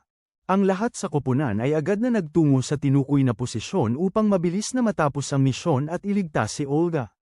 Mabilis na nakasalubong ni Tsurugi at Chloe si Enlil, at ito ay sumugod habang sumisigaw ng kay Veronica. Tila may matinding galit sa kanilang pinuno ng koanihan, agad na sumugod si Chloe ngunit itinulak siya palayo ni Enlil, dahil nais lamang nitong makita si Veronica. Ang halimaw na ito ay may napakalakas na kapangyarihan, at agad na nagbigay ng suporta si Mana mula sa malayo upang putulin ang buntot ng halimaw, pinagsama rin ang lakas niya kay Tamaki upang protektahan sila. Nagmasid si Yukari mula sa itaas at iniulat na binago ni Enlil ang target nito kay Mana. Habang handa ng sumugod ang halimaw, tinamaan ito sa ulo ni Mana. Muling nagkaisa sina Chloe at Tsurugi upang siya ay makasugod. Pagkatapos ng labanan, idinilat ni Olga ang kanyang mga mata at nakita ang sarili na nakahiga sa ospital. Dahil tinamaan ng medyo malubhang paradox sickness, agad na kinuha ni Olga ang kanyang log eye graph para tingnan, ngunit hindi na ito magamit. Sa pagbalik sa pinangyarihan, napulot ni Lucifer ang logic card ni Olga. Dahil nawala ang card, hindi na siya makabalik sa pagiging isang logic analyst. Agad itong gustong hanapin ni Tsurugi, ngunit lahat ay nakapaghanap na at wala. Sa pagpapatuloy ng mga pangyayari, naniniwala ang grupo na may especially iya sa organisasyon ng ALCA. Bago matapos ang pulong, iniutos ni Veronica sa lahat na bumalik sa pinangyarihan upang hanapin ang logic card para kay Olga. Tinanggap ng lahat ang utos, naghahanap habang tahimik na nagdarasal na sana ay matupad ni Olga ang kanyang pangarap. Pagbalik sa ospital, dumalaw si Miki kay Olga. Naalala niya na bagaman nag-alinlangan siya, Hindi niya binuksan ang pinto. Bigla na lang itong bumukas ng mag-isa. Pagkatapos ay sinabi ni Mickey ang ilang salita upang paghiwalayin si Olga mula sa ALCA, at agad na sumunod si Olga sa kanyang katinuan at hinabol siya palabas ng silid ng ospital. Lumabas si Mickey ng silid at magalang na yumuko kay Lucifer na nakatayo na roon ng ilang sandali. Pumasok si Lucifer sa silid at ibinigay ang logic card kay Olga. Dahan-daang umalis si Mickey sa silid habang umalingaw-ngaw ang tunog ng matagumpay na koneksyon ng tipan. Sa silid ng ospital, nawala si Olga, at ang mga gwardya ay naging hindi na makakilos nang walang sinumang nakapansin. Kinabukasan, ang balita ng pagkawala ni Olga kasama ang kanyang log-eye graph ay nakarating din sa lahat ng miyembro ng koponan. Pumunta si Veronica sa silid ng investigasyon upang hanapin ang lokasyon ni Olga, ngunit walang nakitang resulta. Dahil tila nadyam ang signal ng log-eye graph ni Olga. Habang nag-aalala ang lahat para sa kanya, malakas na tumawa si Quetzalcoatl, sinabing alam nito ang nangyayari. Sa labas ng lungsod, sa isang sulok na hindi pinapansin, pumasok si Lucifer sa sarili niyang santuaryo, kung saan may mga taong sumasamba sa kanya, patuloy na nagpapahayag ng kanilang pagnanais na makipag-trance sa kanya. Mula sa labas, tahimik na sumunod si Olga. Dumating ang dalawa sa isang sulok sa itaas na palapag, at tinanong ni Olga kung bakit hawak ni Lucifer ang kanyang logic card. Bukod pa rito, sinundan niya ito dahil sinabi ni Lucifer na may ipapakita siya sa kanya. Naramdaman lang ni Lucifer na marami silang pagkakatulad, parehong nalimutan at itinuring na masama. Minamaliit ng dalawa ang mga sumasamba sa bumagsak na Diyos na si Lucifer, at ipinahayag ni Lucifer ang kanyang pagnanais na dalhin ang loika na gusto ng lahat sa lahat ng tao, dahilan para bahagyang makumbinsi si Olga matapos marinig ito. Natagpuan ni Lucari, kasama si Quetzalcoatl, si Lucifer at Olga sa santuaryo sa isang sulok ng lungsod. Sa panig na ito, natagpuan din ni Peary sa control room ang salarin na nagbukas ng gate para papasukin si Lil out. Hindi ito si Olga, kundi isang receptionist na nagngangalang Mickey Shinabo. Lahat, lalo na si Chloe, ay gustong pumunta agad doon para harapin si Lucifer at ibalik si Olga. Ngunit naramdaman ni Veronica na masyado itong delikado, lalo na't hindi nila alam kung mabuti o masama si Lucifer, at napakalaki ng kapangyarihan nito. Nagkatinginan ang mga Diyos ng tipan pagkatapos ay agad na isinama si Quetzalcoatl sa isang sulok para tanungin, sa pakiramdam na may itinatago ang batang ito. Sa ilalim ng panggigipit ng lahat, sa wakas ay isinalaysay ni Quetzalcoatl ang sitwasyon. Nang una itong dumating sa mundong ito, kinausap nito si Lucifer at nakipagpustahan pa nga rito, at ang resulta ay gaya ng nakita ng lahat, talo ito. Naramdaman ni Artemis na si Lucifer marahil ang nagpatawag sa ibang mga Diyos-demonyo sa mundong ito. Sa ilalim ng matinding panggigipit sa isip ng lahat, kaunti lamang na impormasyon ang inihayag ni Quetzalcoatl. Ngunit dahil gusto ni Lucifer na gumawa ng tulay sa pagitan ng dalawang mundo, nag-alala si Artemis na sina Olga at Mickey ay dalawang biktima na kinokontrol at nililinlang ni Lucifer tungo sa maling landas.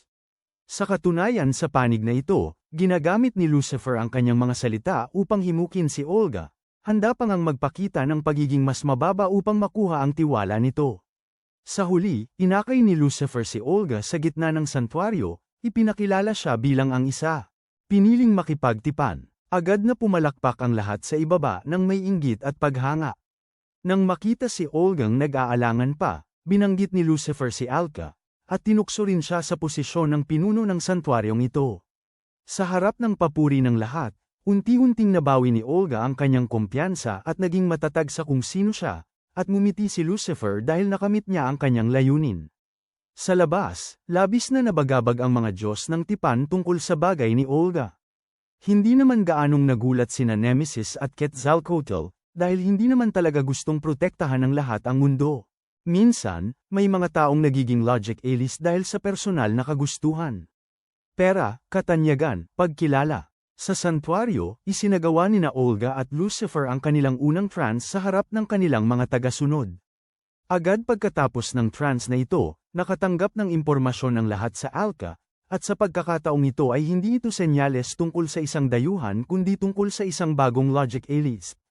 Si Olga, matapos mag-trance kasama si Lucifer, ay agad lumabas at inakusahan ng organisasyon ng Alka na kinukulong ang mga dayuhan upang gamitin bilang specimen para sa kanilang masasamang eksperimento. Nabatid ng lahat sa organisasyon na si Olga ay na-brainwash ni Lucifer, o sa tamang terminolohiya na trans-eject. Nagboluntaryo si Surugi na harapin si Olga nang hindi nagdudulot ng pinsala, at hindi pinayagan si Athena na sumama sakaling maglaban ang dalawang panig. Sinang-ayunan siya ni Veronica, at muling nag-ayos upang magbigay ng mga gawain sa bawat tao. Sa labas ng syudad, patuloy na kinundina ni Olga ang organisasyong Alka, nananawagan sa lahat na lumikha ng isang sepia na mundo kasama niya, bagaman halos walang sino man ang tila nagmalasakit. Nang oras na yon, dumating si Surugi at ang mga sundalo upang i-ebakwete ang lahat. Sumigaw si Surugi patungo kay Olga, sinasabing ang salarin na nagbukas ng pintuan ng pasilidad na pinaglagakan ay ang resepsyonista, Miki Shinabo, na malinis na siya sa anumang hinala at labis na nag-aalala ang lahat para sa kanya. Hindi inalintana ni Olga at ipinilit lamang makipaglaban kay Surugi. Nang makita na ayaw lumaban ni Surugi, gusto namang pilitin ni Olga na magtransito sa pamamagitan ng pagsira sa lahat. Sa magulong sitwasyon at sa paghimok ni Athena, wala nang pagpipilian si Surugi kundi ang mag-trans kasama niya. Hindi siya sumalakay kundi nagtanggol lamang, mas gusto pa ring makipag-usap kaysa makipagsuntukan. Napakatindi ng mga atake ni Olga, naapektuhan nito ang mga tao at ari-arian. Sa malayo, lumitaw rin si Mana sa santuaryo ni Lucifer kasunod ni Veronica.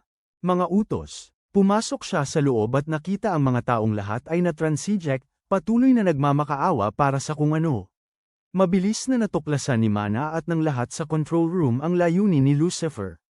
Gumawa siya ng lugar para sa mga tao upang itapon ang mga logic card na ayaw nila at makatanggap ng mas ideal na logic card kapalit nito. Malumanay na ipinaliwanag ni Olga na nais niyang mamuhay ng magkasama ang mga tao at Diyos dito. Kung saan ang mga Diyos ay magkakaroon ng bagong tirahan at ang mga tao ay muling isisilang sa perpektong paraan sa pamamagitan ng trans-ejecting. Isang paraiso ng pagtutulungan, hindi ba? Si Olga ay matibay na naniniwala sa lugar na binanggit ni Lucifer at dahil sa selos at hinanakit ay hindi nakinig sa payo ni Surugi. Bago ang mga paghamon ni Olga, nagpa siya si Surugi na gamitin ang lakas upang hikayatin siya. Ngunit si Olga ngayon ay may kapangyarihan na ni Lucifer at hindi na mahina tulad ng dati, at mabilis na natalo si Surugi at bumagsak. Ngunit sa sandaling yun, lumitaw si Tamaki upang tumulong na gamutin siya at dumating din sina Mana, Chloe at Veronica upang magbigay ng suporta. Mula sa itaas ay pinagpaalalahanan sila ni Yukari na maging maingat sa madilim na enerhiyang nanggagaling kay Olga, na parang isang black hole na lalamon at sisira sa lahat. Sa tulong ni Lucifer, mabilis na hinarap ni Olga ang lahat ng sabay-sabay. Napakalakas ng kanyang mga atake kaya maging ang kalasag ni Surugi ay hindi nakayanan at nabasag. Inakala ni Olga na siya ang nagwagi at gumamit ng pangwakas na dagok upang tapusin ang buong grupo. Matapos matalo ang lahat, at tila nakamit na ang kalahati ng kanyang layunin, mabilis na lumipat si Olga sa gusaling pinaglalagyan sa Alka upang kumpletuhin ang kabilang kalahati. Sa loob, naghihintay na si Garno at seryoso siyang pinayuhan na bumalik na lang sa Alka sa halip na gumawa ng ganitong mga bagay. Hindi na nag-aksaya pa ng salita si Olga at agad na binuksan ang piitan, na nagpalaya sa lahat ng mga dayuhan. Pagbalik sa santuaryo, pinasalamatan ni Olga si Miki sa pagtulong sa kanya upang magkaroon ng kaliwanagan at mabilis na nagtungo sa mataas na plataporma. Ang mga tagasunod sa ibaba ay patuloy na nagnanais na malaipat kasama ang mga dayuhang pinalaya mula sa mga kulungan, at ginamit sila nina Olga at Lucifer na parang mga subasta ng logic card. Nang pagkakataong yun, agad na binihag ng mga dayuhan ang isipan ng mga hanggal na tao, at pagkatapos ay matagumpay na naghasik ng kaguluhan sa buong lungsod. Hindi lang yun, isang malaking tarangkahan na binuksan ni Lucifer ang lumitaw sa kalangitan, hudyat ng hindi gaanong magandang kinabukasan para sa kapayapaan ng Nean at ng buong mundo. Tila ang buong lungsod ay lumubog sa sona ng paradox ng mga dayuhang yon, dahil ang mga halimaw na patuloy na lumalabas mula sa tarangkahan ni Lucifer ay nakagambala sa mga signal wave. Hindi makapagpadala ng impormasyon si Alka pabalik sa punong himpilan, kaya wala rin silang paraan upang pakilyusin ang ibang logic elist para tumulong. Lalo pang tumindi ang sitwasyon, at mabilis na sumunod ang mga karaniwang tao sa pangkat ng Alka upang lumikas sa mas ligtas na lugar. Sa panig na ito, lumitaw din si Garno kasama ang mga nakaligtas mula sa kamakailang paglabas ng mga dayuhan na direkta niyang uutusan mula rito. Agad na tumayo si Veronica upang ibigay sa kanya ang kanyang lugar. Mabilis na gumanap ang mga kawani ng investigasyon sa kanilang mga tungkulin, dahil ang buong Japan ay nalulunod sa mga signal ng dayuhan, at kinailangan nilang umasa sa kanilang sarili.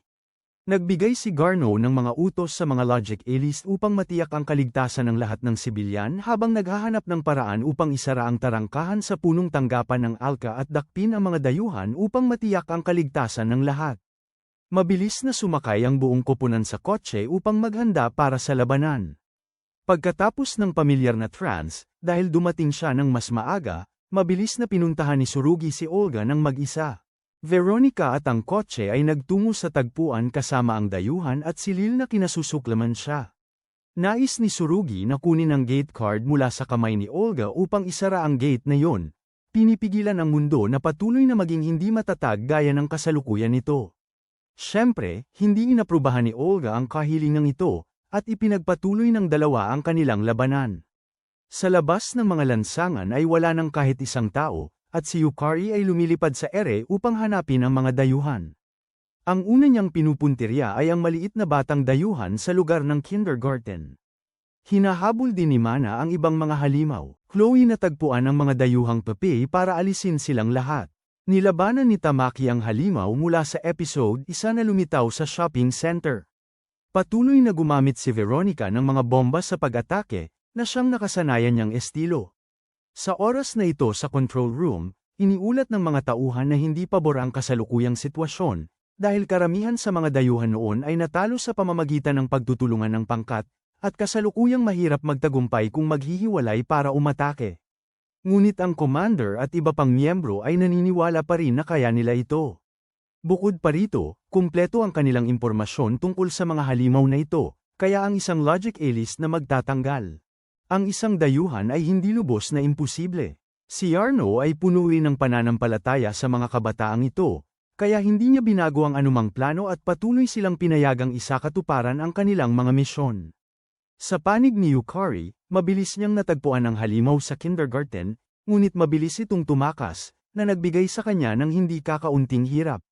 Si Mana ay nasa mahirap na sitwasyon din dahil kailangan niyang lumaban ng malapitan, at si Chloe naman, nang walang suporta ni Tamaki, ay nahihirapan sa dayuhang papi na ito na level 8. Lahat ay kasalukuyang hindi pa nahahanap ang kanilang paraan para makalusot, ngunit si Yarno na nagmamasid mula sa malayo ay gayunpaman. Ipinagkatiwala ang kanyang tiwala sa kanila.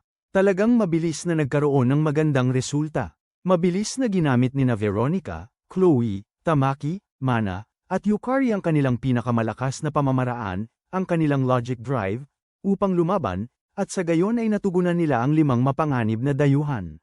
Si Tsurugi lamang ang patuloy na nahihirapan sa harap ng matinding atake ni Olga.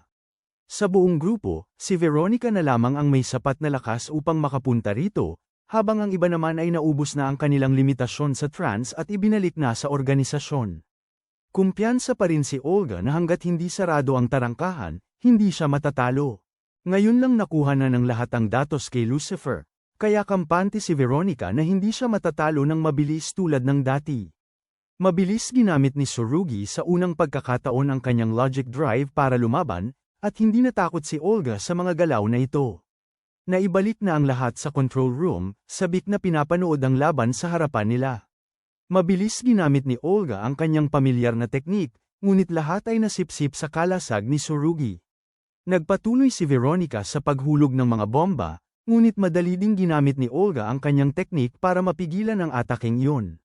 Ang matagal na paggamit ng logic drive ay nagdulot kay Tsurugi na malapit na sa kanyang limitasyon ng pagkatulala, at ang dalawang Diyos ng tipan ay hindi nagiging positibo sa laban na ito. Ngunit si Tsurugi, pagkatapos lumaban, ay natuklasan ang kahinaan ni Olga. Ang tungkod sa kanyang kamay ay makakagawa lamang ng isang aksyon, pag-atake o pagtatanggol. Kaya kailangan nilang umatake bago pa siya makapagtanggol. Mayroon ng plano sa laban, sumugod si Tsurugi para himukin si Olga na umatake muna, pagkatapos ay pinangunahan si Veronica na umatake sa sandaling iyon. Hindi nagpakita ng takot si Olga gaya ng inaasahan, gamit ang logic drive para gumawa ng katulad na tungkod, kaya ngayon parehong atake at depensa ay maaaring hawakan. Nang biglang magpakawala si Olga ng isang malakas na atake patungo sa kanilang dalawa, Si Tsurugi, na napagod na ay nahiwalay kay Athena, at nang makita ito, agad na sumugod si Veronica upang gamitin ang kanyang katawan upang protektahan silang dalawa. Pareho silang umabot sa kanilang mga limitasyon, at lalo pang natuwa si Olga sa kanyang pagganap. Matapos muling talunin ng grupo ng Alka, mabilis na umalis si Olga, iniwan lamang ang pangako na muling lalabanan si Tsurugi. Sa control room, lahat ng sangay ay napasukan ng mga dayuhan, at kung ang gate ay, kung hindi agad matutuldukan, lalo itong magiging mapanganib para sa kaligtasan ng bansa. Ang lahat ng Logic A-list ay nagtipo na ngayon sa ospital para alagaan ang walang malay na sina Veronica at Nemesis. Bigla, isang anunsyo ang tumawag kay Tsurugi sa simulation room. Nakita niya doon ang kanyang ama at kapatid, parehong nakahinga ng maluwag nang makitang maayos pa rin si Tsurugi. Ang mga ordinaryong bata na nakakita ng isang Logic A-list ay labis na nasabik at agad na lumapit para palibutan siya. Isang bata pa nga ang nagpakita sa kanya ng log eye graph niya. Dahil sa suporta ng kanyang pamilya at ng mga batang iyon, nabawi ni Tsurugi ang pananampalataya at pag-asa. Sa kanilang tagumpay, sa ospital, sa wakas ay nagising sina Veronica at Nemesis matapos na makakoma ng ilang panahon, at nang marinig na maayos pa rin sina Athena at Tsurugi, huminga sila ng maluwag.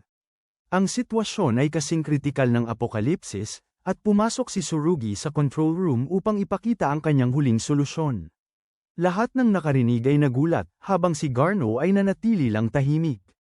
Nang bumalik ang buong koponan sa control room, balita na lang ang natanggap nila na sina Tsurugi at Athena ay umalis na ng mas maaga. Pumunta siya sa kinaroroonan nina Lucifer at Olga, at humiling din sa control room na payagan siyang gamitin ang overtrans. Bagamat lahat ay gustong tumutol, agad na inaprubahan ni Garno ang panukalang ito, iginagalang ang desisyon ng kanilang dalawa. Kaya nang harapin ni Tsurugi si Olga, na kumpleto na niya ang overtrans. Hindi nag-atubili si Olga na gamitin ang logic drive mula pa sa simula, ngunit sa pagkakataong ito ay nakagawa ng bagong pag-unlad si Tsurugi, madaling naitulak pabalik si Olga.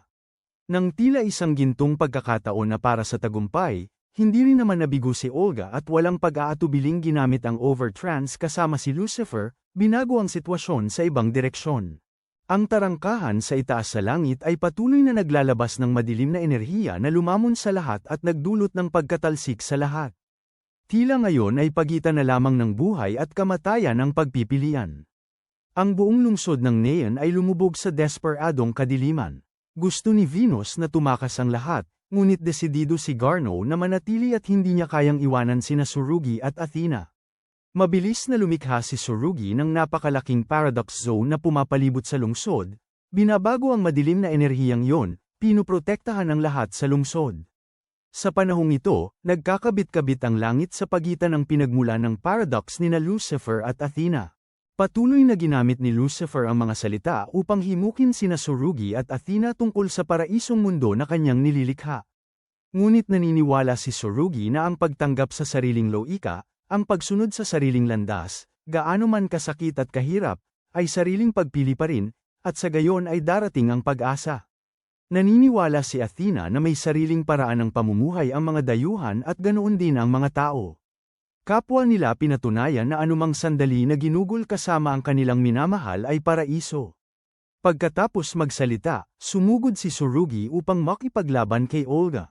Isang pantay na labanan ang patuloy na naganap sa skyscraper. Ang lahat ay kinabahan na nasaksihan ang buong proseso ng labanan. Ngunit sa sandaling ito ay sinira ni Olga ang sarili, na gustong gamitin ang overlogic drive upang ipadala si Tsurugi sa paraisong minimithi niya. Sa pagkahulog ni Tsurugi, hindi na makayanan ng lahat, at lahat ay nagmadaling lumabas ng control room na gustong suportahan si Tsurugi. Bago pa man ang pagtutol ng mga staff, naniniwala si Garno na kung hindi nila mapapanalunan ang laban na ito ay wala rin namang kinabukasan, kaya't mas mainam na isugal na ang lahat. Sa rooftop, hindi pa bumabagsak si Tsurugi at patuloy pa ring nakatayo, habang si Olga ay patuloy na umaatake. Sakto namang dumating ang helicopter na may sakay na team ng Alka, at ang grupo, bagamat hindi pa nakakapag-trans, ay tumayo pa rin upang protektahan si Tsurugi. Inutusan sila ni Olga na umurong, ngunit gusto ng lahat na gamitin ang mga salita upang hipuin ang kanyang awa. Inutusan ni Lucifer si Olga na mabilis na atakihin silang lahat, ngunit naniniwala si Olga na ito ay laban lamang sa pagitan niya at ni Tsurugi, at ang iba ay hindi kasali. Bumantong hininga si Lucifer, at agad na bumagsak si Olga ng may hirap, dahil kinontrol na niya ang katawan na ito. Hindi nag-atubili si Lucifer na itaas ang kanyang tungkod, ngunit muling sumugod si Veronica. Upang harangan ng suntok para sa lahat. Nabawi ni Olga ang kontrol sa kanyang katawan at sinabihan si Lucifer na huminto.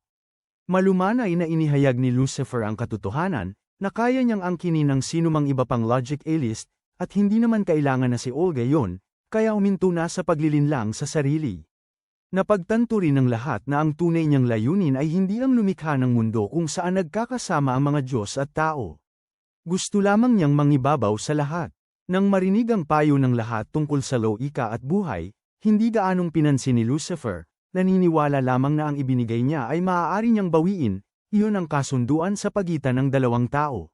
Agad, nakaramdam si Olga ng matinding sakit sa kanyang katawan, ngunit nanatili siyang may malay at itinapon ang baston sa gulat ni Lucifer, ipinapahayag na gusto niyang lumaban at manalo gamit ang sarili niyang loika. Tumayo rin si Tsurugi, pinaninindigan na gusto rin niyang lumaban kay Olga. Agad silang sumugod sa isa't isa nang walang hawak upang maglaban. Ang lakas ng labanan ay sapat para mayanig ang buong gusali. Matapos maitulak palayo si Olga, ipinaalala sa kanya ni Tsurugi ang sinabi niya noon, tungkol sa walang sinumang nagbabawal sa mga tao at Diyos na mamuhay ng magkasama. Kaya walang masama kung hindi sila magkasundo, gusto pa ring ipagpatuloy ni Olga ang pakikipaglaban. Gustong gamitin ni Lucifer ang baston sa paglaban, ngunit kamay lamang ni Olga ang ginamit niya.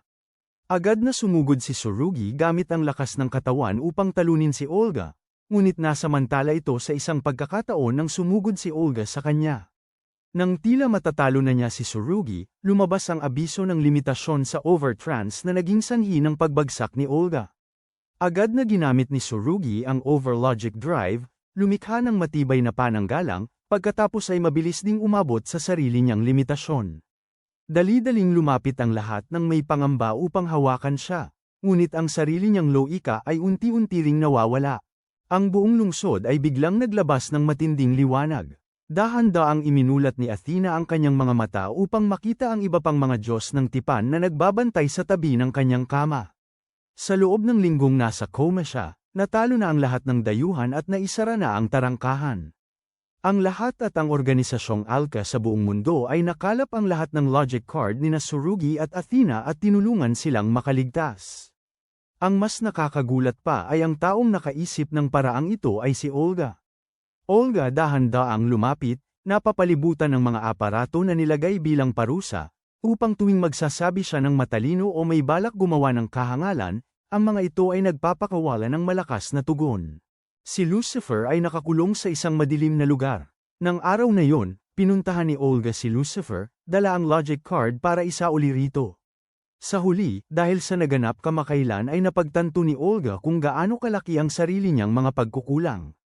Ayaw tanggapin ni Lucifer yun mula sa kamay ng isang tao, kaya kinuha na lang ni Olga, at ipinahayag din na siya ang mananagot sa pagtulong kay Lucifer na matupad ang kanyang hiling sa mas nararapat na paraan. Pagbalik sa kasalukuyan, inihayag ni Olga na parehong kulang pa rin ng isa ang kanilang bilang ng logic card. Hindi gaanong nagbigay pansin si Athena, sa halip ay si Tsurugi lang ang inaalala niya. Sa panig na ito, kausap ni Tsurugi ang lahat, ngunit tila wala siyang naaalala ni isa. Ipinaliwanag ni Rentero na ang nawawalang logic card ay naglalaman ng mga alaala ni Tsurugi, kaya wala na siyang anumang alaala. Gayunpaman, hindi nasaktan si Athena, dahil lumabas na ang nawawala niyang logic card ay naglalaman ng damdamin ni Athena para kay Tsurugi, tunay na nagpupuno para sa isa't isa. Hindi na dismaya ang lahat, sa halip ay ipinahayag lang nila na susubukan nilang hanapin ang huling logic card para sa kanila. Naalala ni Athena ang araw na nag-usap ang dalawa, kung kailan ipinaalala ni Tsurugi sa kanya ang mangyayari kapag ginamit nila ang overtrans. Walang pag-aatubiling ipinangako ni Athena na hanapin ang logic card para sa kanya, at ipinangako rin ni Tsurugi na tutulungan niya itong hanapin para rin sa kanya. Nagbigay naman si Athena ng kondisyon, kung sino ang unang makakita ng card ay pahihintulutang humingi ng pabor sa isa. Marahil dahil doon, hindi nabigo si Athena, bagkus ay punong-puno ng determinasyon na hanapin ang card para sa kanya. Ang pagtatapos ng labanan ay nang bumalik din ang lahat sa normal na pamumuhay, at ang mga nasugatan ay dinala sa ospital para sa pangangalaga. Nakatayo sa bubong, nagpasalamat at nagpaalam si Giorno at ang lahat sa kanilang mga Diyos ng tipan, ngunit sinabi ni Venus at ng iba pang mga Diyos ng tipan na hindi sila aalis, kundi mananatili. Kasama ang lahat, ipinaliwanag ni Giorno na isasagawa ng grupo ang misyon upang hanapin ang mga logic card para kina Tsurugi at Athena, habang si Nea naman ay susundin ang utos at pamamahala ni Olga. Kaya, nagpatuloy ang kanilang paglalakbay. Pumunta si Yukari sa Toirang Mountains, si Chloe kasama ang kanyang Covenant God, si Mana kasama si Artemis, at si Tamaki ay nagkanya-kanya ng punta sa kung saan-saan upang hanapin ang mga card. Nanatili si Tsurugi kina Veronica at Nemesis upang pag-aralan ang Logic A-list path. Umupo si Olga sa upuan ng commander sa control room, ipinagpatuloy ang kanyang trabaho. Ang nagbigay lamang ng sakit ng ulo sa lahat ay ang muling pagtakas ni Tsurugi. Natanggap ni Athena ang balita at nag-aalalang pumunta upang hanapin siya, at nagkita silang dalawa sa damuhan kung saan sila unang nagtagpo. Hindi rin maintindihan ni Tsurugi kung bakit siya napunta rito, ngunit matagal siyang nawala at natagpuan niya ang logic card ni Athena. Mabilis na nabalik kay Athena ang damdamin niya para rito, at sa sandaling ito ay hindi na napigilan ang pagtulo ng kanyang luha. Ang lahat mula sa malayo ay ngumiti rin habang nasasaksihan ang magkasintahan. Pinaalalahanan ni Athena siya tungkol sa kanilang pangako, at kahit hindi naaalala ni Tsurugi, humiling pa rin siya. Ayaw na niyang gumamit sila ng formal na pananalita sa isa't isa, dahil ito ay tunog. Masyadong malayo, ang lahat ng nakasaksi nito ay napipi, yun lang ba? Ngunit hindi na dismaya si Athena. Ngumiti siya ng may kumpiyansa, ipinapahayag na siguradong hahanapin niya ang huling logic card para sa kanya. Tiningnan ng dalawa ang lungsod sa harap nila. Mahaba pa ang kanilang mga araw sa hinaharap.